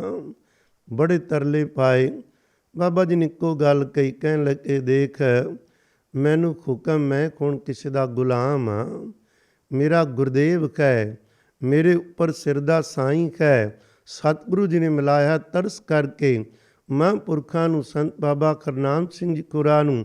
ਉਹਨਾਂ ਦਾ ਹੁਕਮ ਹੈ ਗਲੀ 'ਚ ਪ੍ਰਸ਼ਾਦਾ ਛਕਣਾ, ਮੰਗ ਕੇ ਛਕਣਾ। ਮੈਂ ਉਹਨਾਂ ਚਿਰ ਖੜਾ ਰਹਾਂਗਾ ਜਿੰਨਾ ਚਿਰ ਤੂੰ ਪ੍ਰਸ਼ਾਦਾ ਨਹੀਂ ਦਿੰਦੀ। ਉਹਨੇ ਕਿਹਾ ਬਰਤਨ ਵਿੱਚ ਲੈ ਲਓ। ਕਹਿੰਦੇ ਨਹੀਂ। ਮੁੰਡੇ ਨੂੰ ਸਾਹਮਣੇ ਕੀਤਾ ਵੀ ਉਹਦੇ ਮੋਹ ਜਾਗੇਗਾ, ਪਰ ਕੋਈ ਮੋਹ ਮਾਇਆ ਨੇ ਬਿਲਕੁਲ ਅਸਰ ਨਾ ਪਾਇਆ। ਪ੍ਰਸ਼ਾਦਾ ਦਿੱਤਾ, ਗਲੀ 'ਚ ਬਹਿ ਕੇ ਛਕਿਆ ਨੇ। ਬਾਹਰ ਆ ਗਏ, ਫਿਰ ਜਾਂਦੇ ਨੇ, ਕੁਛ ਦਿਨ ਇਸ ਤਰ੍ਹਾਂ ਮੰਗਦੇ ਨੇ। ਪਿਆਰਿਓ ਇੱਥੇ ਲਗਾਤਾਰ ਕੁਝ ਸਮਾਂ ਰਹੇ। ਜਦੋਂ ਇੱਥੇ ਕੁਝ ਸਮਾਂ ਉਹਨਾਂ ਨੇ ਭਗਤੀ ਕੀਤੀ, ਬਾਹਰ ਪੂਰੇ ਪਿੰਡ ਦੇ ਅੰਦਰ ਅਦਬ ਸਤਕਾਰ ਬਣ ਗਿਆ। ਫਿਰ ਹੁਕਮ ਹੋ ਗਿਆ ਭਈ ਇੱਥੋਂ ਉੱਠ ਜਾਓ। ਇੱਕ ਖਲੂਵਾਲ ਪਿੰਡ ਉੱਥੇ ਭੇਜ ਦਿੱਤਾ। ਉੱਥੇ ਜਾ ਕੇ ਭਗਤੀ ਪ੍ਰਾਰੰਭ ਕਰ ਦਿੱਤੀ। ਕਿਉਂਕਿ ਮੈਂ ਇੱਕ ਗੱਲ ਬਾਰ-ਬਾਰ ਕਹਿ ਰਿਹਾ ਵਾਂ, ਆਪਾਂ ਕੁਛ ਵੀ ਕਰਨਾ ਹੋਵੇ ਅਕਲ ਤੋਂ ਕੰਮ ਲਈਦਾ, ਸੋਚ ਤੋਂ ਕੰਮ ਲਈਦਾ, ਮਨ ਤੋਂ ਕੰਮ ਲਈਦਾ। ਪਰ ਇਹ ਰੂਹਾਂ ਉਹ ਨੇ ਜਿਹੜੀਆਂ ਸਤਿਗੁਰੂ ਤੋਂ ਆਗਿਆ ਲੈ ਕੇ ਤੁਰਦੀਆਂ ਨੇ, ਆਪਣੀ ਮੱਤ ਦੀ ਵਰਤੋਂ ਨਹੀਂ ਕਰਦੀਆਂ, ਸਤਿਗੁਰੂ ਦੀ ਮੱਤ ਦੀ ਪੂਰੀ ਵਰਤੋਂ ਕਰਦੀਆਂ ਨੇ। ਇਹ ਮਨ ਨੂੰ ਨਹੀਂ ਪੁੱਛਦੀਆਂ ਮਨ ਕੀ ਕਹਿੰਦਾ। ਮਨ ਤੇ ਬਹੁਤ ਕੁਝ ਦੁਨੀਆ ਵੱਲ ਖਿੱਚਦਾ। ਇਹ ਗੁਰੂ ਨੂੰ ਪੁੱਛਦੇ ਨੇ ਵੀ ਉਹਦਾ ਕੀ ਹੁਕਮ ਹੈ। ਇਹ ਹੁਕਮ ਮੰਨਣਾ ਜਾਣਦੇ ਨੇ, ਹੁਕਮ ਤੇ ਵਿਚਾਰ ਨਹੀਂ ਕਰਦੇ। ਵਿਚਾਰ ਤੇ ਸਿਆਣਪ ਕਰੇਗੀ। ਪੰਜ ਪਿਆਰੇ ਨੇ ਵਿਚਾਰ ਕਰਕੇ ਸਿਰ ਨਹੀਂ ਸੀ ਦਿੱਤੇ। ਭਾਈ ਮੰਝ ਨੇ ਵਿਚਾਰਾਂ ਨਹੀਂ ਸਨ ਕੀਤੀਆਂ। ਇਹ ਇਸ਼ਕ ਹੁੰਦਾ ਏ, ਜੋ ਵੀ ਪਿਆਰਾ ਕਵੇ ਉਹਦੀ ਹਰ ਚੀਜ਼ ਪਿਆਰੀ ਲੱਗਦੇ। ਹਲੂਵਾਲ ਸਨ ਜਦੋਂ ਨਾ, ਤੇ ਉੱਥੇ ਵੀ ਇਹੋ ਜਿਹੀ ਭਗਤੀ ਪ੍ਰਾਰੰਭ ਕੀਤੀ, ਬਹੁਤ ਵਧੇਰੇ। ਇੱਥੇ ਚਾਰ ਚੁਫੇਰੇ ਲੋਕਾਂ ਦਾ ਭਲਾ ਹੋਣਾ ਹੀ ਹੁੰਦਾ, ਬੋਲਣਾ ਕੁਛ ਨਹੀਂ। ਬਗੈਰ ਬੋਲੇ ਤੋਂ ਹੀ ਅਨੇਕਾਂ ਦੇ ਜੀਵਨ ਵਿੱਚ ਗੁਰੂ ਨਾਨਕ ਸਾਹਿਬ ਜੀ ਦੇ ਨਾਮ ਦੀ ਖੁਸ਼ਬੂ ਫੈਲਾਈ ਜਾਂਦੇ। ਜੁੜਦੇ ਨੇ ਉਹਨਾਂ ਨੂੰ ਵੇਖ ਕੇ। ਜੁੜਿਆਂ ਨੂੰ ਦੀਵਾ ਜਗਿਆ ਹੋਵੇ ਤੇ ਤੁਸੀਂ ਦੀਵਾ ਬਣ ਕੇ ਜਾਓ ਤੇ ਸਹੀ, ਆਪੇ ਉਹ ਜਗਾਣਗੇ, ਜਗੇਗਾ, ਲੋਕ ਹੋਏਗੀ। ਪਰ ਜੇ ਆਪਣੇ 'ਚ ਤੇਲ ਹੀ ਨਹੀਂ, ਦੀਵੇ 'ਚ ਬੱਤੀ ਨਹੀਂ ਬਣਾਈ ਤੇ ਕਿਸੇ ਨੇ ਕੀ ਜਗਾਣਾ। ਜੇ ਸ਼ਰਧਾ ਤੇ ਭਾਵ ਨਹੀਂ ਨਾ ਰੱਖੀ, ਸ਼ੰਕੇ ਹੀ ਲੈ ਕੇ ਚਲੇ ਗਏ ਤੇ ਕੁਛ ਨਹੀਂ। ਇੱਕ ਦਿਨ ਪਿੰਡ ਵਾਲਿਆਂ ਨੇ ਕਿਹਾ ਉਹਨਾਂ ਦੀ ਬਦੌਲਤ ਸਾਰਾ ਪਿੰਡ ਜਿਹੜਾ ਹੈ ਉਹ ਖੁਸ਼ੀਆਂ ਤੇ ਸੁੱਖ ਲੈ ਰਿਹਾ ਹੈ। ਉਹ ਕਾਂਚ 'ਚ ਬੈਠੇ ਨੇ, ਪ੍ਰਸ਼ਾਦਾ ਵੀ ਮੰਗ ਕੇ ਛਕਦੇ ਨੇ। ਕਿਉਂ ਨਾ ਉਹਨਾਂ ਨੂੰ ਆਪਾਂ ਦੁੱਧ ਭੇਟ ਕਰੀਏ। ਮਟਕਾ ਦੁੱਧ ਦਾ ਭਰਿਆ ਬੜੀ ਸ਼ਰਧਾ ਨਾਲ। ਜਿੱਥੇ ਉਹ ਆਸਣ ਲਾਉਂਦੇ ਸੀ ਉੱਥੇ ਗਏ, ਵੇਖਿਆ ਉੱਥੇ ਨਹੀਂ ਆਣ। ਉਹਨਾਂ ਨੇ ਕਿਸੇ ਕੱਪੜਾ ਨਾਲ ਢੱਕ ਕੇ ਨਾ ਉੱਪਰ ਇੱਕ ਦਰਖਤ ਨਾਲ ਉਹਨਾਂ ਨੇ ਉਹ ਮਟਕੀ ਬੰਨ੍ਹ ਦਿੱਤੀ। ਆਉਣਗੇ ਤੇ ਛਕ ਲੈਣਗੇ। ਪਰ ਮਹਾਂਪੁਰਖਾਂ ਨੇ ਛਕਿਆ ਨਹੀਂ। ਉਹ ਅਗਲੇ ਦਿਨ ਆਏ ਉਡੀਕ ਉਡੀਕ ਕੇ, ਜਦੋਂ ਸ਼ਾਮੀ ਚਲੇ ਗਏ ਫਿਰ ਵੀ ਮਹਾਂਪੁਰਸ਼ਾਂ ਦੇ ਦਰਸ਼ਨ ਨਹੀਂ ਹੋਏ। ਦੂਜੀ ਵਾਰੀ 3-4 ਦਿਨ ਆਉਂਦੇ ਰਹੇ, ਬਾਬਾ ਜੀ ਦੇ ਦਰਸ਼ਨ ਇਹਨਾਂ ਨੂੰ ਹੋਏ ਨਹੀਂ। ਇਹਨਾਂ ਸੋਚਿਆ ਵੀ ਕਿਧਰੇ ਚਲੇ ਗਏ। ਕਹਿੰਦੇ ਚਲੋ ਇਹ ਜਿਹੜਾ ਦੁੱਧ ਤੇ ਲਾਈਏ, ਦੁੱਧ ਉਸੇ ਤਰ੍ਹਾਂ ਪਿਆ ਸੀ। ਜਦੋਂ ਦੁੱਧ ਵੇਖਿਆ ਹੈਰਾਨ ਹੋ ਗਏ ਵੀ 3-4 ਦਿਨਾਂ ਤੋਂ ਦੁੱਧ ਟੰਗਿਆ ਹੀ ਖਰਾਬ ਹੋ ਜਾਣਾ ਸੀ, ਇਹ ਬਿਲਕੁਲ ਉਸੇ ਤਰ੍ਹਾਂ ਦੁੱਧ ਦੀਏ।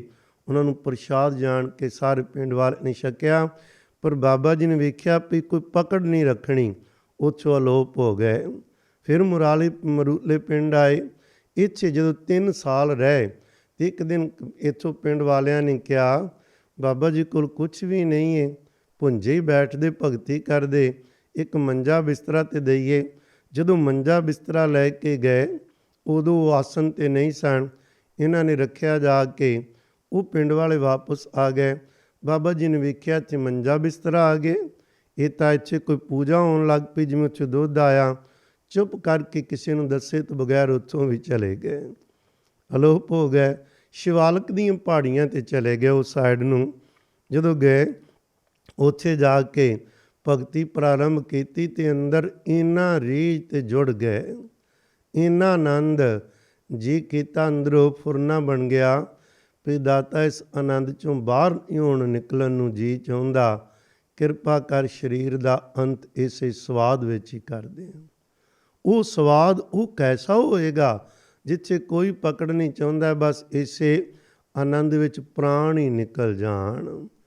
ਪਰ ਉਹ ਆਨੰਦ ਕੈਸਾ ਹੀ, ਸਾਹਿਬ ਕਹਿੰਦੇ ਜਿਸ ਦੇਵੈ ਪੁਰਖ ਵਿਦਾਤਾ ਹਰ ਰਸ ਤਿਨ ਹੀ ਜਾਤਾ, ਉਹਦੀ ਦਾਤ ਜਿਹਨੂੰ ਦੇਵੇ। ਸਾਹਿਬ ਕਹਿੰਦੇ ਪਿਰਮ ਪਿਆਲਾ ਖਸਮ ਕਾ ਜੈ ਪਾਵੇ ਤੈ ਦੇ। ਇਹ ਪਿਰਮ ਪਿਆਰਾਂ ਦਾ ਪਿਆਲਾ ਹਰ ਕਿਸੇ ਨੂੰ ਨਹੀਂ ਮਿਲਦਾ, ਉਹ ਦਾਤਾ ਤਰੁੱਟ ਕੇ ਦਿੰਦਾ ਏ, ਪਰ ਉਹ ਕੈਖੋ ਜਿਹਾ ਏ। ਇਹ ਜਦੋਂ ਸਾਨੂੰ ਉਹ ਪਿਲਾਏਗਾ ਫੇਰ ਹੀ ਪਤਾ ਲੱਗੇਗਾ। ਇਹ ਫੁਰਨਾ ਬਣ ਰਿਹਾ ਸੀ ਭਈ ਮੇਰੇ ਪ੍ਰਾਣਾਂ ਦਾ ਅੰਤ ਹੋ ਜਾਵੇ, ਸਦਾ ਲਈ ਉਹਦੀ ਗੋਦ ਵਿੱਚ ਟਿਕ ਜਾਵਾਂਗੇ। ਉਦੋਂ ਹੀ ਬਾਬਾ ਹਰਨਾਮ ਸਿੰਘ ਜੀ ਉੱਥੇ ਪ੍ਰਗਟ ਹੋ ਗਏ। ਜਾ ਆਵਾਜ਼ਾ ਦਿੱਤਾ, ਬਸੰਤ ਸਿੰਘ ਕੀ ਫੁਰਨਾ ਕਰ ਰਿਹਾ ਹੈ, ਤੇਰੇ ਕੋਲੋਂ ਅਜੇ ਸਤਿਗੁਰੂ ਜੀ ਨੇ ਬਹੁਤ ਵੱਡੀ ਸੇਵਾ ਲੈਣੀ ਹੈ, ਹਜ਼ਾਰਾਂ ਸੰਗਤਾਂ ਨੇ ਸਤਿਗੁਰੂ ਦੇ ਘਰ ਨਾਲ ਜੁੜਨਾ ਹੈ, ਅਤੇ ਤੁਸੀਂ ਕਿਉਂ ਇਸ ਤਰ੍ਹਾਂ ਦਾ ਫੁਰਨਾ ਕਰ ਰਹੇ ਹੋ। ਮੈਂ ਇੱਕ ਗੱਲ ਤੁਹਾਡੇ ਨਾਲ ਸਾਂਝੀ ਕਰਨਾ ਚਾਹੁੰਦਾ ਵਾਂ, ਪਿਆਰਿਓ ਉਹਨਾਂ ਵੱਲ ਨਾ ਕਰੀਏ ਨਿਗਾਹ ਜਿਹੜੇ ਕਿ ਸਾਧੂ ਦੀ ਨਿੰਦਾ ਹੀ ਕਰਨੀ ਜਾਣਦੇ ਜਾਂ ਸਾਧੂ ਦੀ ਕਾਲਨਾ ਤੋਂ ਕਦੇ ਕੋਈ ਲਾਭ ਨਹੀਂ ਉਠਾਉਂਦੇ। ਪਰ ਜਿਹੜੀਆਂ ਭਾਵਨਾਵਾਂ, ਜਿਹੜੀ ਸੰਗਤ ਜੁੜਦੀ ਏ ਸਤਿਗੁਰੂ ਜੀ ਦੇ ਚਰਨਾਂ ਨਾਲ, ਉਹ ਜਾਣਦੇ ਨੇ ਕਿਸੇ ਵੀ ਸਾਧੂ ਦੀ ਸੰਗਤ ਕਰਨੀ। ਜਦੋਂ ਕੋਈ ਪੂਰਨ ਸਾਧੂ ਜਗਿਆਸੂ ਨੂੰ ਗੁਰੂ ਕੇ ਪਿਆਰਿਓ ਮਹਾਰਾਜ ਦੇ ਘਰ ਨਾਲ ਜੋੜਦਾ ਹੈ ਨਾ, ਤੇ ਉਹਦੀ ਜ਼ਿੰਮੇਵਾਰੀ ਹੁੰਦੀ ਹੈ ਪੂਰੀ ਜ਼ਿੰਦਗੀ, ਤੇ ਸਰੀਰ ਤਿਆਗਣ ਤੋਂ ਬਾਅਦ ਵੀ ਉਹਨੇ ਉਸ ਆਤਮਾ ਨੂੰ ਸਾਈਂ ਦੇ ਘਰ ਪਹੁੰਚਾਉਣਾ ਹੈ। ਉਹ ਜ਼ਿੰਮੇਵਾਰ ਹੁੰਦਾ ਹੈ। ਉਹ ਕਦੇ ਵੀ ਪਿਆਰਿਓ ਇਹ ਨਹੀਂ ਪਈ ਕਿਸੇ ਨੂੰ ਵਿਚੋਲਾ ਪਵਾ ਕੇ ਕਹਿ ਦਿੱਤਾ ਤੂੰ ਆਪਣੇ ਘਰ ਰਾਜੀ, ਮੈਂ ਆਪਣੇ ਘਰ ਰਾਜੀ। ਸਰੀਰ ਕਰਕੇ ਉਹ ਨਾਲ ਨਹੀਂ ਖੋਏਗਾ, ਪਰ ਅੰਦਰੋਂ ਸਦਾ ਉਹਦੀ ਨਿਗਾਹ ਵਿੱਚ ਹੁੰਦੇ ਪਿਆਰ ਵਾਲੇ। ਇੱਕ ਵਾਰ ਬਾਬਾ ਜਵਾਲਾ ਸਿੰਘ ਜੀ ਖਰਖੋਵਾਲ ਵਾਲਿਆਂ ਨੇ ਇਹੋ ਜਿਹੀ ਅਵਸਥਾ ਵਿੱਚ ਆ ਕੇ ਬਸਤਰ ਉਤਾਰ ਦਿੱਤੇ ਤੇ ਭਗਤੀ ਕਰੀ ਜਾਣ ਬਾਬਾ ਈਸ਼ਰ ਦਾਸ ਜੀ ਦੇ ਨਾਲ, ਵਾਹਿਗੁਰੂ। ਤੇ ਬਾਬਾ ਆਇਆ ਸਿੰਘ ਜੀ ਕੋਲ ਖਬਰ ਗਈ, ਪੁਨः ਕੱਪੜੇ ਲਾ ਦਿੱਤੇ ਨੇ, ਤੇ ਕਹਿਣ ਲੱਗੇ ਦੇ ਨਾਲ ਇਲਾਕੇ ਵਿੱਚ ਕੋਈ ਚੰਗੀ ਸ਼ੋਭਾ ਨਹੀਂ ਫੈਲ ਰਹੀ, ਬਰੇਤੇ 'ਤੇ ਬੈਠੇ ਰਹਿੰਦੇ। ਤੇ ਬਾਬਾ ਈਸ਼ਰ ਸਿੰਘ ਜੀ ਇਹ ਮਸਤ ਹੋਏ ਨੇ। ਬਾਬਾ ਈਸ਼ਰ ਸਿੰਘ ਜੀ ਮਸਤ ਇਹਨਾਂ ਨੂੰ ਕਹਿੰਦੇ ਭਈ ਭਗਤੀ ਕਰ ਰਹੇ ਨੇ, ਭਗਤੀ ਦਾ ਕੋਈ ਅੰਤ ਨਹੀਂ, ਪਰ ਬਸਤਰ ਲਾਣੇ, ਮਰਿਆਦਾ ਹੈ, ਅੰਮ੍ਰਿਤ ਧਾਰੀ ਹੋਣਾ, ਇਹ ਹੋਰ ਲਿਬਾਸ ਹੈ। ਬਾਬਾ ਆਇਆ ਸਿੰਘ ਜੀ ਨੇ ਕਿਹਾ ਜਾਓ ਸਾਡੇ ਵੱਲ ਕਹੋ ਜਾ ਕੇ, ਕਲਗੀਆਂ ਵਾਲੇ ਨੇ ਤੁਹਾਡੀ ਸੇਵਾ ਲਾਈ ਸੀ ਵੀ ਕਮਾਈ ਕਰਨ ਤੋਂ ਬਾਅਦ ਫਿਰ ਤੁਸਾਂ ਨੇ ਅਨੇਕਾਂ ਰੂਹਾਂ ਨੂੰ ਜੋੜਨਾ, ਅੰਮ੍ਰਿਤ ਸੰਚਾਰ ਕਰਾਉਣਾ, ਗੁਰੂ ਗ੍ਰੰਥ ਸਾਹਿਬ ਨਾਲ ਜੋੜਨਾ। ਤੁਸੀਂ ਇਸੇ ਰੰਗ ਵਿੱਚ ਜੇ ਰਾਜੀ ਹੋ, ਪ੍ਰਵਾਨ ਹੋ, ਫਿਰ ਇੱਕ ਹੋਰ ਜਨਮ ਲੈਣਾ ਪਵੇਗਾ ਤਾਂ ਕਿ ਉਹ ਰੂਹਾਂ ਨੂੰ ਜਿਨ੍ਹਾਂ ਦੀ ਡਿਊਟੀ ਤੁਹਾਡੀ ਲੱਗੀ, ਤੁਹਾਡੇ ਰਾਹੀਂ ਬਖਸ਼ਿਆ ਜਾਣਾ, ਇੱਕ ਜਨਮ ਹੋਰ ਲੈ ਲਿਓ। ਜਦੋਂ ਹੀ ਖਬਰ ਮਿਲੀ ਉਦੋਂ ਹੀ ਬਾਬਾ ਜਵਾਲਾ ਸਿੰਘ ਜੀ ਨੇ ਇੱਕਦਮ ਮਾਫੀ ਮੰਗੀ, ਹਾਜ਼ਰ ਹੋਏ, ਦੁਬਾਰਾ ਕਕਾਰ ਪਾ ਕੇ ਕਿਹਾ ਜੀ ਇਸੇ ਵਾਰ 'ਚ ਹੀ ਲੇਖੇ ਲਾ ਲਓ, ਅਗਲੇ ਜਨਮਾਂ 'ਚ ਨਾ ਭਾਵੋ। ਗੁਰੂ ਕੇ ਪਿਆਰਿਓ, ਉਹ ਹਾਜ਼ਰ ਹੁੰਦੇ ਨੇ। ਬਾਬਾ ਅਤਰ ਸਿੰਘ ਜੀ ਮਸਤੂਆਣੇ ਵੱਲ ਜਦੋਂ ਗੋਦਾਵਰੀ ਵਿਦ ਕੰਢੇ ਬੈਠੇ ਸੀ ਹਜ਼ੂਰ ਸਾਹਿਬ, ਅਤੇ ਇੱਕ ਦਿਨ ਗੋਦਾਵਰੀ ਦੇ ਪਾਣੀ ਵਿੱਚ ਖਲੋ ਜਾਂਦੇ ਸੀ ਨੀਂਦ ਤੋਂ ਬਚਣ ਲਈ, ਅਤੇ ਭਗਤੀ ਕਰਦਿਆਂ ਅੰਦਰੋਂ ਇਹ ਫੁਰਨਾ ਬਣ ਗਿਆ। ਬਾਹਰ ਬੈਠੇ ਸੀ ਕੰਢੇ 'ਤੇ ਕਹਿੰਦੇ ਵੀ ਮੈਨੂੰ ਇਸੇ ਰਸ ਵਿੱਚ ਲੀਨ ਕਰ ਲਓ, ਸਰੀਰ ਦਾ ਨਹੀਂ ਰੱਖਣਾ ਚਾਹੁੰਦੇ। ਇਸੇ ਆਨੰਦ ਵਿੱਚ ਲਹਿਰ ਆਈ ਅਤੇ ਛਾਲ ਮਾਰ ਦਿੱਤੀ ਗੋਦਾਵਰੀ ਦੇ ਡੂੰਘੇ ਪਾਣੀ 'ਚ, ਵੀ ਇਹਦਾ ਅੰਤ ਹੋ ਜਾਵੇ ਅਤੇ ਸਦਾ ਲਈ ਪਿਆਰੇ ਦੇ ਚਰਨਾਂ ਵਿੱਚ ਲੀਨ। ਉਦੋਂ ਅਸੀਂ ਇਹਨੂੰ ਇੱਧਰ ਨਾ ਲੈ ਲੈਣਾ, ਇਹ ਆਤਮ ਹੱਤਿਆ ਹੁੰਦੀ ਏ, ਇਹ ਨਹੀਂ। ਉਦੋਂ ਉਹ ਪਾਣੀ ਨਹੀਂ ਹੁੰਦਾ, ਉਦੋਂ ਗੁਰੂ ਕੇ ਪਿਆਰਿਓ ਸਾਹਮਣੇ ਕੋਈ ਮੌਤ ਨਹੀਂ, ਉਹ ਪਿਆਰੇ ਦੀ ਆਪਣੀ ਗੋਦ ਦੇ ਸ਼ਰੀਕ ਹੁੰਦੀ। ਉਹਨਾਂ ਲੋਕਾਂ ਨੂੰ ਸਾਧੂ ਦੱਸਦੇ ਨੇ ਬਾਤਾਂ ਨੂੰ, ਕਮਾਈ ਵਾਲੇ, ਉਹਨਾਂ ਨੇ ਜਦੋਂ ਛਾਲ ਮਾਰੀ ਅਤੇ ਕਲਗੀਆਂ ਵਾਲੇ ਪਾਤਸ਼ਾਹ ਜੀ ਨੇ ਗੋਦਾਵਰੀ 'ਚੋਂ ਕੱਢ ਕੇ ਬਾਹਰ ਬਿਠਾਇਆ ਅਤੇ ਬਚਨ ਕੀਤਾ, ਜੀਓ ਅਜੇ ਤੁਹਾਡੇ ਸਰੀਰ ਕੋਲੋਂ ਬੜੀ ਸੇਵਾ ਲੈਣੀ, ਇਹ ਸਰੀਰ ਤੋਂ ਅਜੇ ਤੁਹਾਨੂੰ ਵੱਖ ਨਹੀਂ ਕਰਨਾ। ਸਰੀਰ ਵਿੱਚ ਜਿਹੜਾ ਰੱਖਦਾ ਏ, ਪਹਿਲਾਂ ਕਮਾਈ ਕਰਵਾ ਕੇ ਬਾਅਦ ਵਿੱਚ ਮਨੁੱਖਤਾ ਦੀ ਸੇਵਾ ਵਿੱਚ ਭੇਜਦੇ ਨੇ। ਬਿਲਕੁਲ ਇਸੇ ਤਰ੍ਹਾਂ ਬਾਬਾ ਬਸੰਤ ਸਿੰਘ ਸਾਹਿਬ ਜੀ ਦੇ ਫੁਰਨਾ ਬਣਿਆ ਅਤੇ ਬਾਬਾ ਹਰਨਾਮ ਸਿੰਘ ਜੀ ਪ੍ਰਗਟ ਹੋ ਗਏ। ਬਸ ਫਿਰ ਲਾ ਦਿੱਤੀ ਡਿਊਟੀ, ਇਨੀ ਫੁਰਨਾ ਕਰਨਾ ਬਖਸ਼ ਦਿੱਤਾ। 1920 ਵਿੱਚ ਜੌਲਾਂ ਆ ਜਾਂਦੇ ਨੇ। ਫਿਰ ਬਾਬਾ ਬਸੰਤ ਸਿੰਘ ਜੀ ਜਦੋਂ ਇੱਥੇ ਆਏ ਨੇ, ਇੱਥੇ ਆ ਕੇ ਉਹੀ ਮਰਿਆਦਾ, ਬਸ ਤਨ ਦੇ ਉੱਪਰ ਇੱਕ ਕੱਪੜੇ ਦੀ ਗਾਤੀ ਜਿਹੀ, ਗੁਰੂ ਕੇ ਪਿਆਰ ਇੱਕ ਚਿੱਪੀ ਕੋਲ ਰੱਖਣੀ, ਕਮਰਾ ਕੋਈ ਨਹੀਂ ਬਣਾਇਆ, ਨਾ ਕੋਈ ਕਿਸੇ ਨੂੰ ਦੂਸਰੇ ਨੂੰ ਕਿਹਾ ਵੀ ਆ ਕੇ ਸਾਡੇ ਕੋਲ ਰਵੋ। ਆਪੇ ਹੀ ਮਹਾਰਾਜ ਸੰਗਤਾਂ ਭੇਜਦੇ ਨੇ, ਨਾ ਬਾਣੀ ਦਾ ਉਪਦੇਸ਼ ਲੈਂਦੇ। ਬਾਬਾ ਜੀ ਦਾ ਹੁਕਮ ਸੀ ਹਰ ਕਿਸੇ ਨੂੰ ਅੰਮ੍ਰਿਤਧਾਰੀ ਹੋਣ ਦਾ। ਇੱਕ ਵਾਰ ਕੋਈ ਸਾਧੂ ਆ ਗਏ, ਉਹਨਾਂ ਨੇ ਸ਼ਾਮਾਂ ਪਈਆਂ, ਦਰਸ਼ਨ ਕੀਤੇ, ਸ਼ਾਮ ਪਈ ਅਤੇ ਬਚਨ ਬਿਲਾਸ ਸੁਣ ਕੇ ਬਾਬਾ ਜੀ ਕਹਿੰਦੇ, ਭਾਈ ਸਾਡੇ ਕੋਲ ਤੁਹਾਡੇ ਰੱਖਣ ਵਾਸਤੇ ਕੋਈ ਕਮਰਾ ਨਹੀਂ, ਕੋਈ ਆਸਨ ਨਹੀਂ, ਇਜਾਜ਼ਤ ਦਿਓ। ਮਤਲਬ ਸੀ ਬਈ ਤੁਸੀਂ ਜਾਓ, ਜਿਸ ਕੰਮ ਲਈ ਤੁਸੀਂ ਆਏ ਹੋ ਗਿਆ, ਜਾਓ। ਕਹਿਣ ਲੱਗੇ ਸੀ ਤੇ ਰਾਤ ਰਹਿਣ ਆਏ ਸੀ। ਇਹਨਾਂ ਨੇ ਕਿਹਾ ਸਾਡੇ ਕੋਲ ਰਾਤ ਰੱਖਣ ਲਈ ਕੋਈ ਜਗ੍ਹਾ ਨਹੀਂ ਹੈ, ਇਸ ਲਈ ਤੁਸੀਂ ਆਪਣੇ ਆਨੰਦ ਵਿੱਚ ਜਿੱਥੇ ਜਾਣਾ ਜਾਓ। ਇਹਨਾਂ ਜਿੱਦ ਕੀਤੀ ਅਸੀਂ ਰਹਿਣਾ ਹੈ, ਜਿਵੇਂ ਤੁਸੀਂ ਰਾਤ ਕੱਟੋਗੇ ਅਸੀਂ ਵੀ ਕੱਟ ਲਾਂਗੇ। ਇਹ ਸੀ ਇੱਕ ਬਹੁਤ ਵੱਡੀ ਭੁੱਲ। ਪੂਰਨ ਸਾਧੂਆਂ ਨਾਲ ਰਾਤ ਕੱਟਣੀ ਤਾਂ ਬਹੁਤ ਦੂਰ ਦੀ ਗੱਲ ਏ, ਕੁਝ ਮਿੰਟ ਵੀ ਕੱਟਣੇ ਔਖੇ ਹੁੰਦੇ ਨੇ, ਕਿਉਂਕਿ ਅਸੀਂ ਸੁੱਤੇ ਹੋਏ ਹਾਂ, ਉਹ ਜਾਗਦੇ ਨੇ। ਪਤਾ ਨਹੀਂ ਕਿਹੜਾ ਫੁਰਨਾ ਅੰਦਰ ਆ ਜਾਵੇ, ਉਹ ਬਖਸ਼ਿਆਂ ਦੇ ਕੋਲ 'ਚ ਬੈਠੇ ਹਾਂ। ਖੈਰ ਇਹ ਲੰਬੀਆਂ ਕਹਾਣੀਆਂ ਜੇ ਇੱਧਰ ਤੁਰ ਪਏ ਤੇ ਉਹ ਰਾਤ ਰਹਿ ਗਏ। ਬਾਬਾ ਜੀ ਨੇ ਇੱਕਦਮ ਕਿਹਾ, ਬਾਬਾ ਗਿਆਨ ਸਿੰਘ ਜੀ ਗੁਰਾਂ ਨੂੰ, ਜੀ ਆਓ ਗੁਰੂ ਗ੍ਰੰਥ ਸਾਹਿਬ ਦਾ ਪ੍ਰਕਾਸ਼ ਕਰੋ।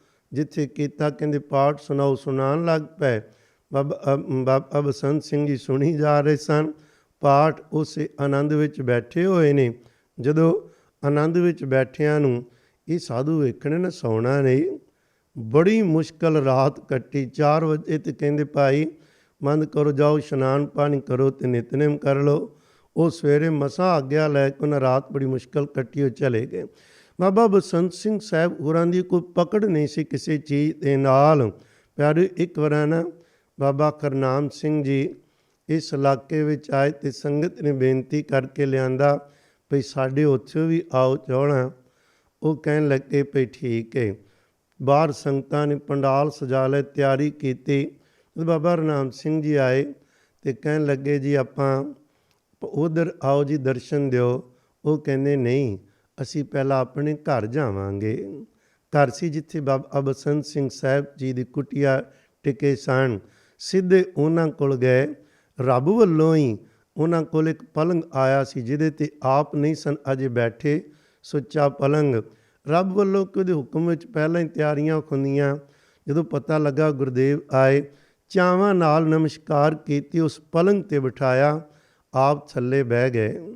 ਬਾਬਾ ਹਰਨਾਮ ਸਿੰਘ ਜੀ ਜਦੋਂ ਬੈਠ ਕੇ ਉੱਠ ਗਏ, 51 ਸਾਲ ਬਾਬਾ ਬਸੰਤ ਸਿੰਘ ਜੀ ਉੱਥੇ ਰਹੇ ਨੇ। ਮੁੜ ਕੇ ਉਸ ਪਲੰਗ 'ਤੇ ਨਹੀਂ ਬੈਠੇ, ਉਹਦੇ ਕੋਲ ਬੈਠ ਕੇ ਭਗਤੀ ਕੀਤੀ ਸਾਨੇ। ਅਤੇ ਜਦੋਂ ਉਸ ਪਲੰਗ 'ਤੇ ਉਂਝ ਉਹਨਾਂ ਨੇ ਜਦੋਂ ਪਲੰਗ ਦਾ ਜਿਹੜਾ ਬਸਤਰ ਵਿਛਾਏ ਸੀ, ਇੰਝ ਵੇਖਣਾ ਵੀ ਬਾਬਾ ਹਰਨਾਮ ਸਿੰਘ ਮੇਰੇ ਸਾਹਮਣੇ ਬੈਠੇ ਹੋਏ ਨੇ, ਉਹਨਾਂ ਨੂੰ ਹਾਜ਼ਰ ਨਾਜ਼ਰ ਸਮਝ ਕੇ ਭਗਤੀ ਕਰਨੀ।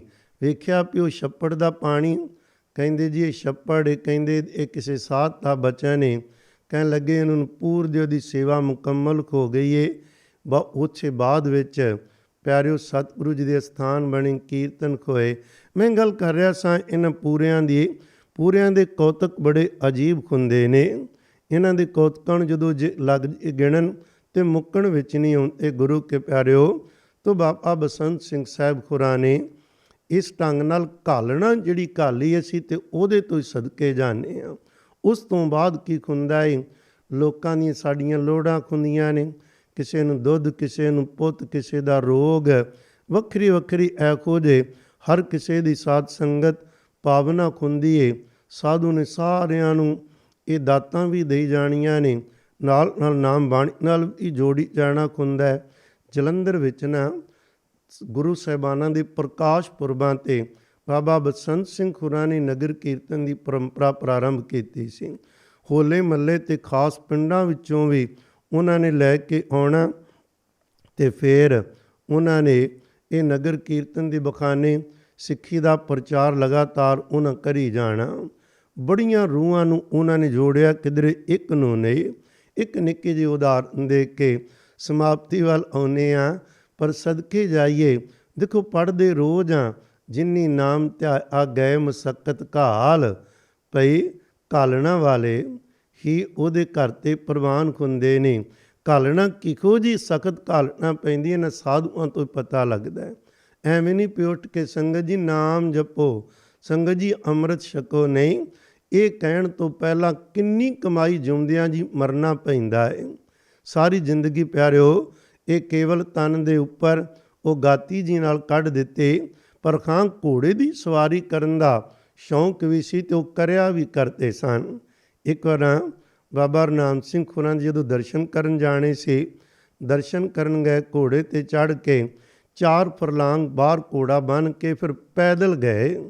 ਤੁਰ ਕੇ ਵੱਡਿਆਂ ਦਾ ਸਤਿਕਾਰ ਹੈ, ਉਹਨਾਂ ਦੇ ਸਾਹਮਣੇ ਘੋੜੇ 'ਤੇ ਨਹੀਂ ਚੜ੍ਹਨਾ, ਜੋੜਾ ਉਤਾਰਨਾ, ਘੋੜੇ 'ਤੇ ਨਹੀਂ ਚੜ੍ਹਨਾ, ਅੱਖ ਨੀਵੀਂ ਰੱਖਣੀ, ਉੱਚਾ ਨਾ ਬੋਲਣਾ, ਇਹ ਸਤਿਕਾਰ ਹੁੰਦਾ। ਗਏ ਬਾਬਾ ਜੀ ਨੇ ਜੀ ਆਇਆਂ ਕਿਹਾ, ਨਾਲ ਕੁਝ ਹੋਰ ਸਨ ਪ੍ਰਾਣੀ। ਕਹਿਣ ਲੱਗੇ ਜੀ ਕਿਵੇਂ ਆਏ ਹੋ? ਸੇਵਾਦਾਰ ਨੇ ਦੱਸਿਆ ਜੀ ਪਿੱਛੋਂ ਘੋੜੇ 'ਤੇ 4 ਫਰਲਾਂਗ 'ਤੇ ਘੋੜਾ ਬੰਨ੍ਹ ਕੇ ਹੁਣ ਪੈਦਲ ਆਏ ਹਾਂ। ਕਹਿਣ ਲੱਗੇ ਤੇ ਠੀਕ ਨਹੀਂ ਕੀਤਾ, ਜਾਓ ਵਾਪਸ ਜਾਓ, ਘੋੜੇ 'ਤੇ ਚੜ੍ਹ ਕੇ ਸਾਡੇ ਕੋਲ ਆਓ। ਹੁਣ ਪਹਿਲਾਂ ਉਹੀ ਕੁੱਟਦੇ ਸਨ, ਹੁਣ ਕਹਿੰਦੇ ਘੋੜੇ 'ਤੇ ਚੜ੍ਹ ਕੇ ਆਓ। ਹੁਕਮ ਹੋ ਗਿਆ, ਘੋੜੇ 'ਤੇ ਜਾਣਾ ਪਿਆ। ਘੋੜੇ 'ਤੇ ਚੜ੍ਹ ਕੇ ਆਏ, ਕਹਿੰਦੇ ਕਿੱਡੇ ਸੋਹਣੇ ਲੱਗਦੇ ਪਏ ਹੋ। ਕਹਿਣ ਲੱਗੇ ਅੱਜ ਤੋਂ ਬਾਅਦ ਇਸ ਤਰ੍ਹਾਂ ਨਹੀਂ ਕਰਨਾ, ਤੁਸੀਂ ਘੋੜੇ 'ਤੇ ਨਹੀਂ ਚੜ੍ਹਦੇ, ਰੱਬ ਨੇ ਤੁਹਾਨੂੰ ਹਾਥੀਆਂ ਦੀਆਂ ਸਵਾਰੀਆਂ ਕਰਾਉਣੀਆਂ ਨੇ। ਪਿਆਰਿਓ ਇਹ ਮਹਾਂਪੁਰਖਾਂ ਦਾ ਲਿਬਾਸ ਪੂਰਾ ਤਿਆਰ ਪਰ ਤਿਆਰ ਚੜ੍ਹਦੀ ਕਲਾ ਵਾਲਾ ਬਾਹਰੋਂ ਵੀ ਫਿਰ ਬਣ ਹੋਇਆ ਕਰਦਾ। ਜਦੋਂ ਹੁਕਮ ਹੋ ਜਾਏ, ਇਹ ਲਕੀਰ ਦੇ ਫਕੀਰ ਨਹੀਂ ਹੁੰਦੇ ਸਾਧੂ ਵੀ ਇੱਕੋ ਹੀ ਕਰਮ ਕਰਨਾ ਹੈ, ਨਹੀਂ। ਜਿਵੇਂ ਜਿਵੇਂ ਅੰਦਰੋਂ ਹੁਕਮ ਹੋ ਗਿਆ ਮਹਾਰਾਜ ਜੀ ਦਾ, ਉਹ ਹੁਕਮ ਹੁੰਦਾ ਜਿਹਦੇ ਨਾਲ ਲੋਕਾਂ ਦਾ ਭਲਾ ਹੋਵੇ ਵੱਧ ਤੋਂ ਵੱਧ। ਸਵਾਲ ਇਹ ਨਹੀਂ ਵੀ ਤੁਸੀਂ ਕਿਹੋ ਜਿਹੇ ਕੱਪੜੇ ਪਾਣੇ ਜਾਂ ਕਿੱਥੇ ਰਹਿਣਾ, ਸਵਾਲ ਹੁੰਦਾ ਸਤਿਗੁਰੂ ਜੀ ਨੇ ਤੁਹਾਡੇ ਰਾਹੀਂ ਕਿਹੋ ਜਿਹੇ ਕੱਪੜੇ, ਕਿਹੜੇ ਹਾਲਾਤ ਬਣਾ ਕੇ ਤੁਹਾਡੇ ਰਾਹੀਂ ਉਹਨਾਂ ਰੂਹਾਂ ਨੂੰ ਜੋੜਨਾ ਹੁੰਦਾ ਹੈ। ਇਹੀ ਕਾਰਨ ਸਾਧੂ ਸਾਰੇ ਵੱਖਰੇ ਵੱਖਰੇ ਢੰਗ ਨਾਲ ਹੀ ਉਹ ਵਿਚਰਦੇ ਨੇ। ਭਲਾ ਕਰਦੇ ਕਿਵੇਂ? ਇੱਕ ਵਾਰ ਨਾ ਜਲੰਧਰ ਦਾ ਇੱਕ ਸਿੰਘ ਸੀ, ਕਾਰੋਬਾਰ ਨਹੀਂ ਸੀ ਚੱਲਦਾ, ਉਹ ਸਿੰਧ ਸੂਬੇ ਚਲਾ ਗਿਆ। ਉਹਦਾ ਪਿਆਰ ਸੀ ਇਹਨਾਂ ਮਹਾਂਪੁਰਖਾਂ ਨਾਲ।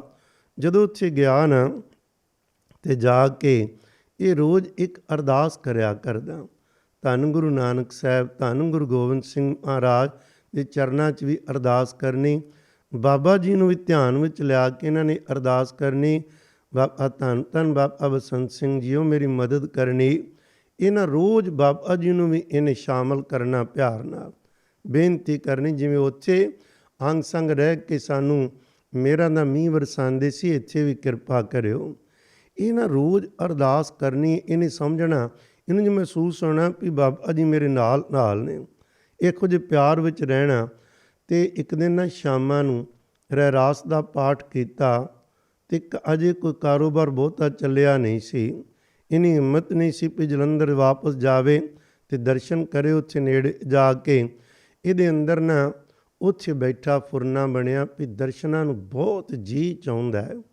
ਪਾਠ ਕਰਕੇ ਅਤੇ ਰੋ ਪਿਆ, ਰੋਈ ਜਾਵੇ ਵੀ ਮੈਂ ਗਰੀਬ ਹਾਂ, ਮੈਂ ਤਾਂ ਆ ਨਹੀਂ ਸਕਦਾ, ਤੁਸੀਂ ਤਾਂ ਆ ਸਕਦੇ ਹੋ ਨਾ। ਸਾਖੀਆਂ ਚੇਤਾ ਆਉਣ ਲੱਗ ਪਈਆਂ, ਕਿਵੇਂ ਮਹਾਰਾਜ ਨੂੰ ਕੋਈ ਚੇਤਾ ਕਰਦਾ ਸੀ, ਆ ਜਾਂਦੇ ਸੀ। ਤੁਸੀਂ ਮਹਾਰਾਜ ਦੇ ਪਿਆਰੇ ਹੋ, ਮੈਂ ਗਰੀਬ ਕੋਲ ਵੀ ਆਓ। ਇਹੋ ਜਿਹੇ ਪਿਆਰ 'ਚ ਭਿੱਜਾ, ਰੋਇਆ। ਜਦੋਂ ਰੋ ਰਿਹਾ ਸੀ ਅਤੇ ਅਚਾਨਕ ਦਰਵਾਜ਼ਾ ਖੜਕਿਆ, ਬੂਹਾ ਖੋਲ੍ਹਿਆ ਅਤੇ ਸਾਹਮਣੇ ਬਾਬਾ ਬਸੰਤ ਸਿੰਘ ਸਾਹਿਬ ਜੀ ਖੜ੍ਹੇ ਸਨ।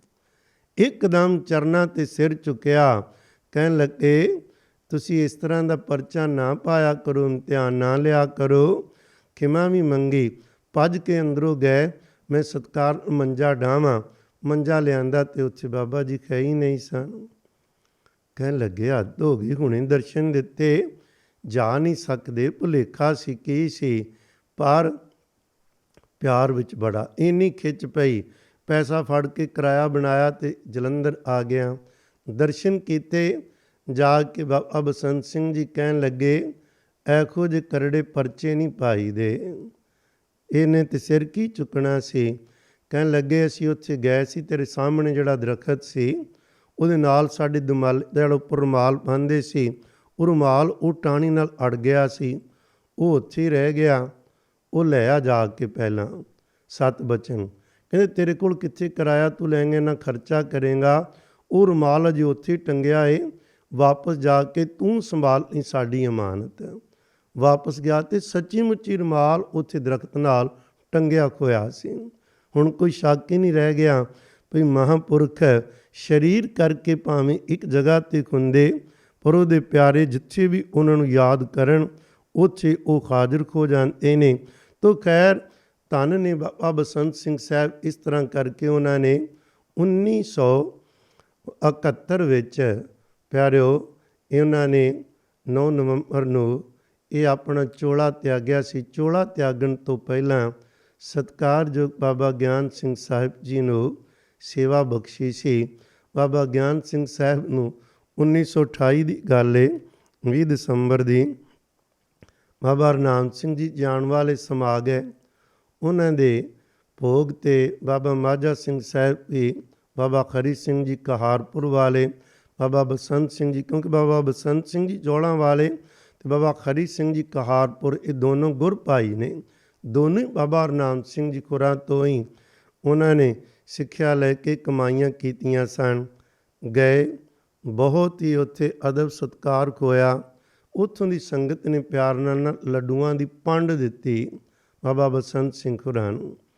ਬਾਬਾ ਜੀ ਕਹਿੰਦੇ ਅਸੀਂ ਲੈ ਕੇ ਜਾਵਾਂਗੇ ਜੌਲਾਂ, ਪਰ ਕਹਿੰਦੇ ਪੰਡ ਕੌਣ ਚੁੱਕੇਗਾ ਭਾਈ, ਕੋਈ ਹੈ ਪੰਡ ਚੁੱਕਣ ਵਾਲਾ।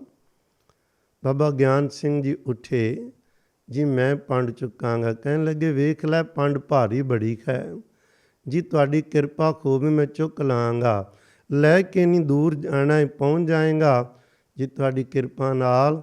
ਉਹ ਪੰਡ ਚੁੱਕੀ ਸੀ, ਪੰਡ ਚੁਕਾਈ ਲੱਡੂਆਂ ਦੀ। ਕਹਿੰਦੇ ਜਿਹੜਾ ਕੋਈ ਬਸਤਰ ਕੋਈ ਲੈਣੇ ਲੈ ਲਾਏ, ਇਹ ਪੰਡ ਚੁੱਕ ਕੇ ਮੁੜ ਕੇ ਘਰ ਨਹੀਂ ਆਉਣਾ, ਉੱਥੇ ਰਹਿ ਜਾਣਾ ਹੈ। ਉਹ ਪੰਡ ਕੀ ਸੀ, ਇੱਕ ਬਹਾਨਾ ਸੀ ਬਖਸ਼ਿਸ਼ ਕਰਨ ਦਾ। ਬਾਬਾ ਗਿਆਨ ਸਿੰਘ ਜੀ ਉੱਥੇ ਰਹਿ ਗਏ। ਉਹਨਾਂ ਦੀ ਕਲਪਨਾ ਵੀ ਬੜੀ ਅਜੀਬ, ਉਹ ਗਰੀਬ ਏ। ਤੋ ਇਹੋ ਜਿਹੇ ਸਨ ਮਹਾਂਪੁਰਖ ਸਤਿਕਾਰਯੋਗ ਬਾਬਾ ਬਸੰਤ ਸਿੰਘ ਸਾਹਿਬ ਜੀ, ਜਿਨ੍ਹਾਂ ਨੇ ਅਨੇਕਾਂ ਰੂਹਾਂ ਨੂੰ ਸਤਿਗੁਰੂ ਜੀ ਦੇ ਚਰਨਾਂ ਨਾਲ ਜੋੜਿਆ। ਪਰ ਜੋੜਨ ਤੋਂ ਪਹਿਲਾਂ ਅਸੀਂ ਉਹਨਾਂ ਦੀ ਘਾਲਣਾ ਦੇ ਦਰਸ਼ਨ ਕੀਤੇ ਨੇ। ਆਓ ਮੇਰੇ ਕਹਿਣ ਤੋਂ ਮੁਰਾਦ ਗੁਰਸਿੱਖੀ ਦੇ ਰਾਹ 'ਤੇ ਸਾਰੇ ਤੁਰੀਏ, ਚਾਵਾਂ ਨਾਲ ਤੁਰੀਏ ਅਤੇ ਘਾਲਣ ਤੋਂ ਐਵੇਂ ਕੰਨੀ ਨਾ ਕਤਰਾਇਆ ਕਰੀਏ। ਐਵੇਂ ਨਹੀਂ ਵੀ ਚਲੋ ਕੋਈ ਅਰਦਾਸ ਕਰ ਦੇਗਾ ਬਾਬਾ ਜੀ ਮਿਹਰ ਕਰੋ, ਇਹ ਗੱਲਾਂ ਕਰਕੇ ਅਸੀਂ ਐਵੇਂ ਸਮਾਂ ਹੀ ਪੂਰਾ ਕਰਦੇ ਹਾਂ। ਪਿਆਰਿਓ, ਮਿਹਰ ਮੰਗੀਏ ਸਤਿਗੁਰੂ ਕੋਲੋਂ, ਗੁਰੂ ਕੇ ਬਖਸ਼ਿਆਂ ਪੂਰਿਆਂ ਕੋਲੋਂ, ਪਰ ਮਿਹਨਤ ਕਰਨੀ ਪੈਂਦੀ ਹੈ। ਐਵੇਂ ਨਹੀਂ ਉਹ ਕਿਸੇ ਨੂੰ ਦਾਤਾਂ ਦਿੰਦਾ, ਕੋਈ ਕਵੇਂ ਅਸੀਂ ਐਵੇਂ ਬਖਸ਼ੇ ਜਾਵਾਂਗੇ। ਜਿਹੜਾ ਵੀ ਅੱਜ ਤੱਕ ਪ੍ਰਵਾਨ ਖੋਇਆ ਏ ਉਹਨੂੰ ਮਿਹਨਤ ਕਰਨੀ ਪਈ। ਬਚਨ ਹੁੰਦਾ ਸਾਧ ਕੈ ਸੰਗ ਨਹੀਂ ਕਛ ਘਾਲ, ਸਾਧੂ ਦੀ ਸੰਗਤ ਕੀਤਿਆਂ ਘਾਲਣਾ ਨਹੀਂ ਘਾਲਣੀ ਪੈਂਦੀ। ਉਹ ਪਿਆਰਿਓ ਘਾਲਣਾ ਸਭ ਤੋਂ ਵੱਧ ਕਲਵੰਤ ਇਹਨੇ, ਪਰ ਜੇ ਇਕੱਲੇ ਘਾਲਾਂਗੇ ਜਿਹੜਾ ਕੰਮ ਲੱਖਾਂ ਸਾਲਾਂ 'ਚ ਨਹੀਂ ਹੋਣਾ, ਸਾਧੂ ਦੀ ਸੰਗਤ ਵਿੱਚ ਉਹ ਕੁਝ ਹੀ ਸਾਲਾਂ ਦੀ ਘਾਲਣਾ ਕਲਵਾ ਕੇ ਉੱਥੇ ਲੈ ਜਾਂਦੇ ਨੇ। ਉਹਦਾ ਕਾਰਨ ਉਹ ਹਉਮੈ 'ਤੇ ਸੱਟ ਮਾਰਦੇ ਨਾਲ ਨਾਲ। ਹਉਮੈ ਨੂੰ ਤੋੜਨ ਲਈ ਤੀਰਾਂ ਦੀ ਮਾਰ ਪਈ ਸੀ ਬਾਬਾ ਬਸੰਤ ਸਿੰਘ ਜੀ ਨੂੰ। ਹਉਮੈ ਨੂੰ ਤੋੜਨ ਲਈ ਕੇ ਉਹ ਗਜਾ ਮੰਗਵਾਰ ਇਹਨੇ ਕਿਧਰੇ। ਗੁਰੂ ਕੇ ਪਿਆਰਿਓ, ਉਹ ਸਾਰਾ ਕੁਝ ਖੋਣ ਦਾ ਪਰਦਾ ਤੋੜਨ ਲਈ ਨਾਲ ਕੋਈ ਸਿਰ 'ਤੇ ਚਾਹੀਦਾ ਹੈ। ਸਤਿਗੁਰੂ ਜੀ ਕਿਰਪਾ ਕਰਨ। ਭਾਈ ਵੀਰ ਸਿੰਘ ਦਾ ਬਚਨ ਕਹਿੰਦੇ 3 ਚੀਜ਼ਾਂ ਖੋਣ 'ਤੇ ਪੂਰੀ ਸਿੱਖੀ ਦਾ ਰਸ ਕੋਈ ਮਾਣ ਸਕਦਾ ਹੈ। ਸ੍ਰੀ ਗੁਰੂ ਗ੍ਰੰਥ ਸਾਹਿਬ ਜੀ 'ਤੇ ਪੂਰਾ ਭਰੋਸਾ ਹੋਵੇ ਵੀ ਇੱਕ ਬਚਨ ਸੱਚਾ ਹੈ। ਦੂਜਾ, ਅੰਮ੍ਰਿਤ ਦੀ ਦਾਤ ਲੈ ਕੇ ਕਲਗੀਆਂ ਵਾਲੇ ਨੂੰ ਗੁਰੂ ਬਣਾਇਆ ਖੋਵੇ। ਅਤੇ ਤੀਜਾ, ਕਿਸੇ ਰੱਬ ਦੇ ਬਖਸ਼ੇ ਪੂਰਨ ਗੁਰਮੁਖ ਸਾਧੂ ਦੀ ਸੰਗਤ ਮਿਲੇ ਤਾਂ ਇਹ ਕਾਰਜ ਪੂਰੇ ਹੁੰਦੇ ਨੇ। ਸਤਿਗੁਰੂ ਜੀ ਮਿਹਰਾਂ ਕਰਨ। ਸੱਚੇ ਪਾਤਸ਼ਾਹ ਜੀ, ਜਿਹੜੀ ਅਸੀਂ ਰੋਜ਼ ਮੰਗਦੇ ਹਾਂ, ਸਹੀ ਗੁਰਮੁਖ ਪਿਆਰੇ ਮੇਲ ਜਿਨ੍ਹਾਂ ਮਿਲਿਆ ਤੇਰਾ ਨਾਮ ਚਿੱਤ ਆਵੇ, ਸਾਨੂੰ ਵੀ ਇਹੋ ਜਿਹੇ ਬਖਸ਼ਿਆਂ ਦਾ ਮੇਲ ਖੋਵੇ, ਗੁਰਮੁਖਾਂ ਦਾ, ਜਿਨ੍ਹਾਂ ਦੀ ਬਦੌਲਤ ਅਸੀਂ ਸਤਿਗੁਰੂ ਗੁਰੂ ਗ੍ਰੰਥ ਸਾਹਿਬ ਜੀ ਦੇ ਹੋਰ ਨੇੜੇ ਹੋਈਏ, ਅੰਮ੍ਰਿਤ ਦੀ ਦਾਤ ਲਈਏ, ਪਰਿਵਾਰਾਂ ਵਿੱਚ ਅਸੀਂ ਸੁਖੀ ਵਸੀਏ। ਸਤਿਗੁਰੂ ਜੀ ਤਰਸ ਕਰਨ। ਇੰਨੇ ਬਚਨ ਪ੍ਰਵਾਨ ਕਰਨੇ। ਭੁੱਲ ਚੁੱਕ ਦੀ ਖਿਮਾ ਕਰਦੇ ਹੋਏ ਫਤਿਹ ਬੁਲਾਓ ਜੀ। ਵਾਹਿਗੁਰੂ ਜੀ ਕਾ ਖਾਲਸਾ, ਵਾਹਿਗੁਰੂ ਜੀ ਕੀ ਫਤਿਹ।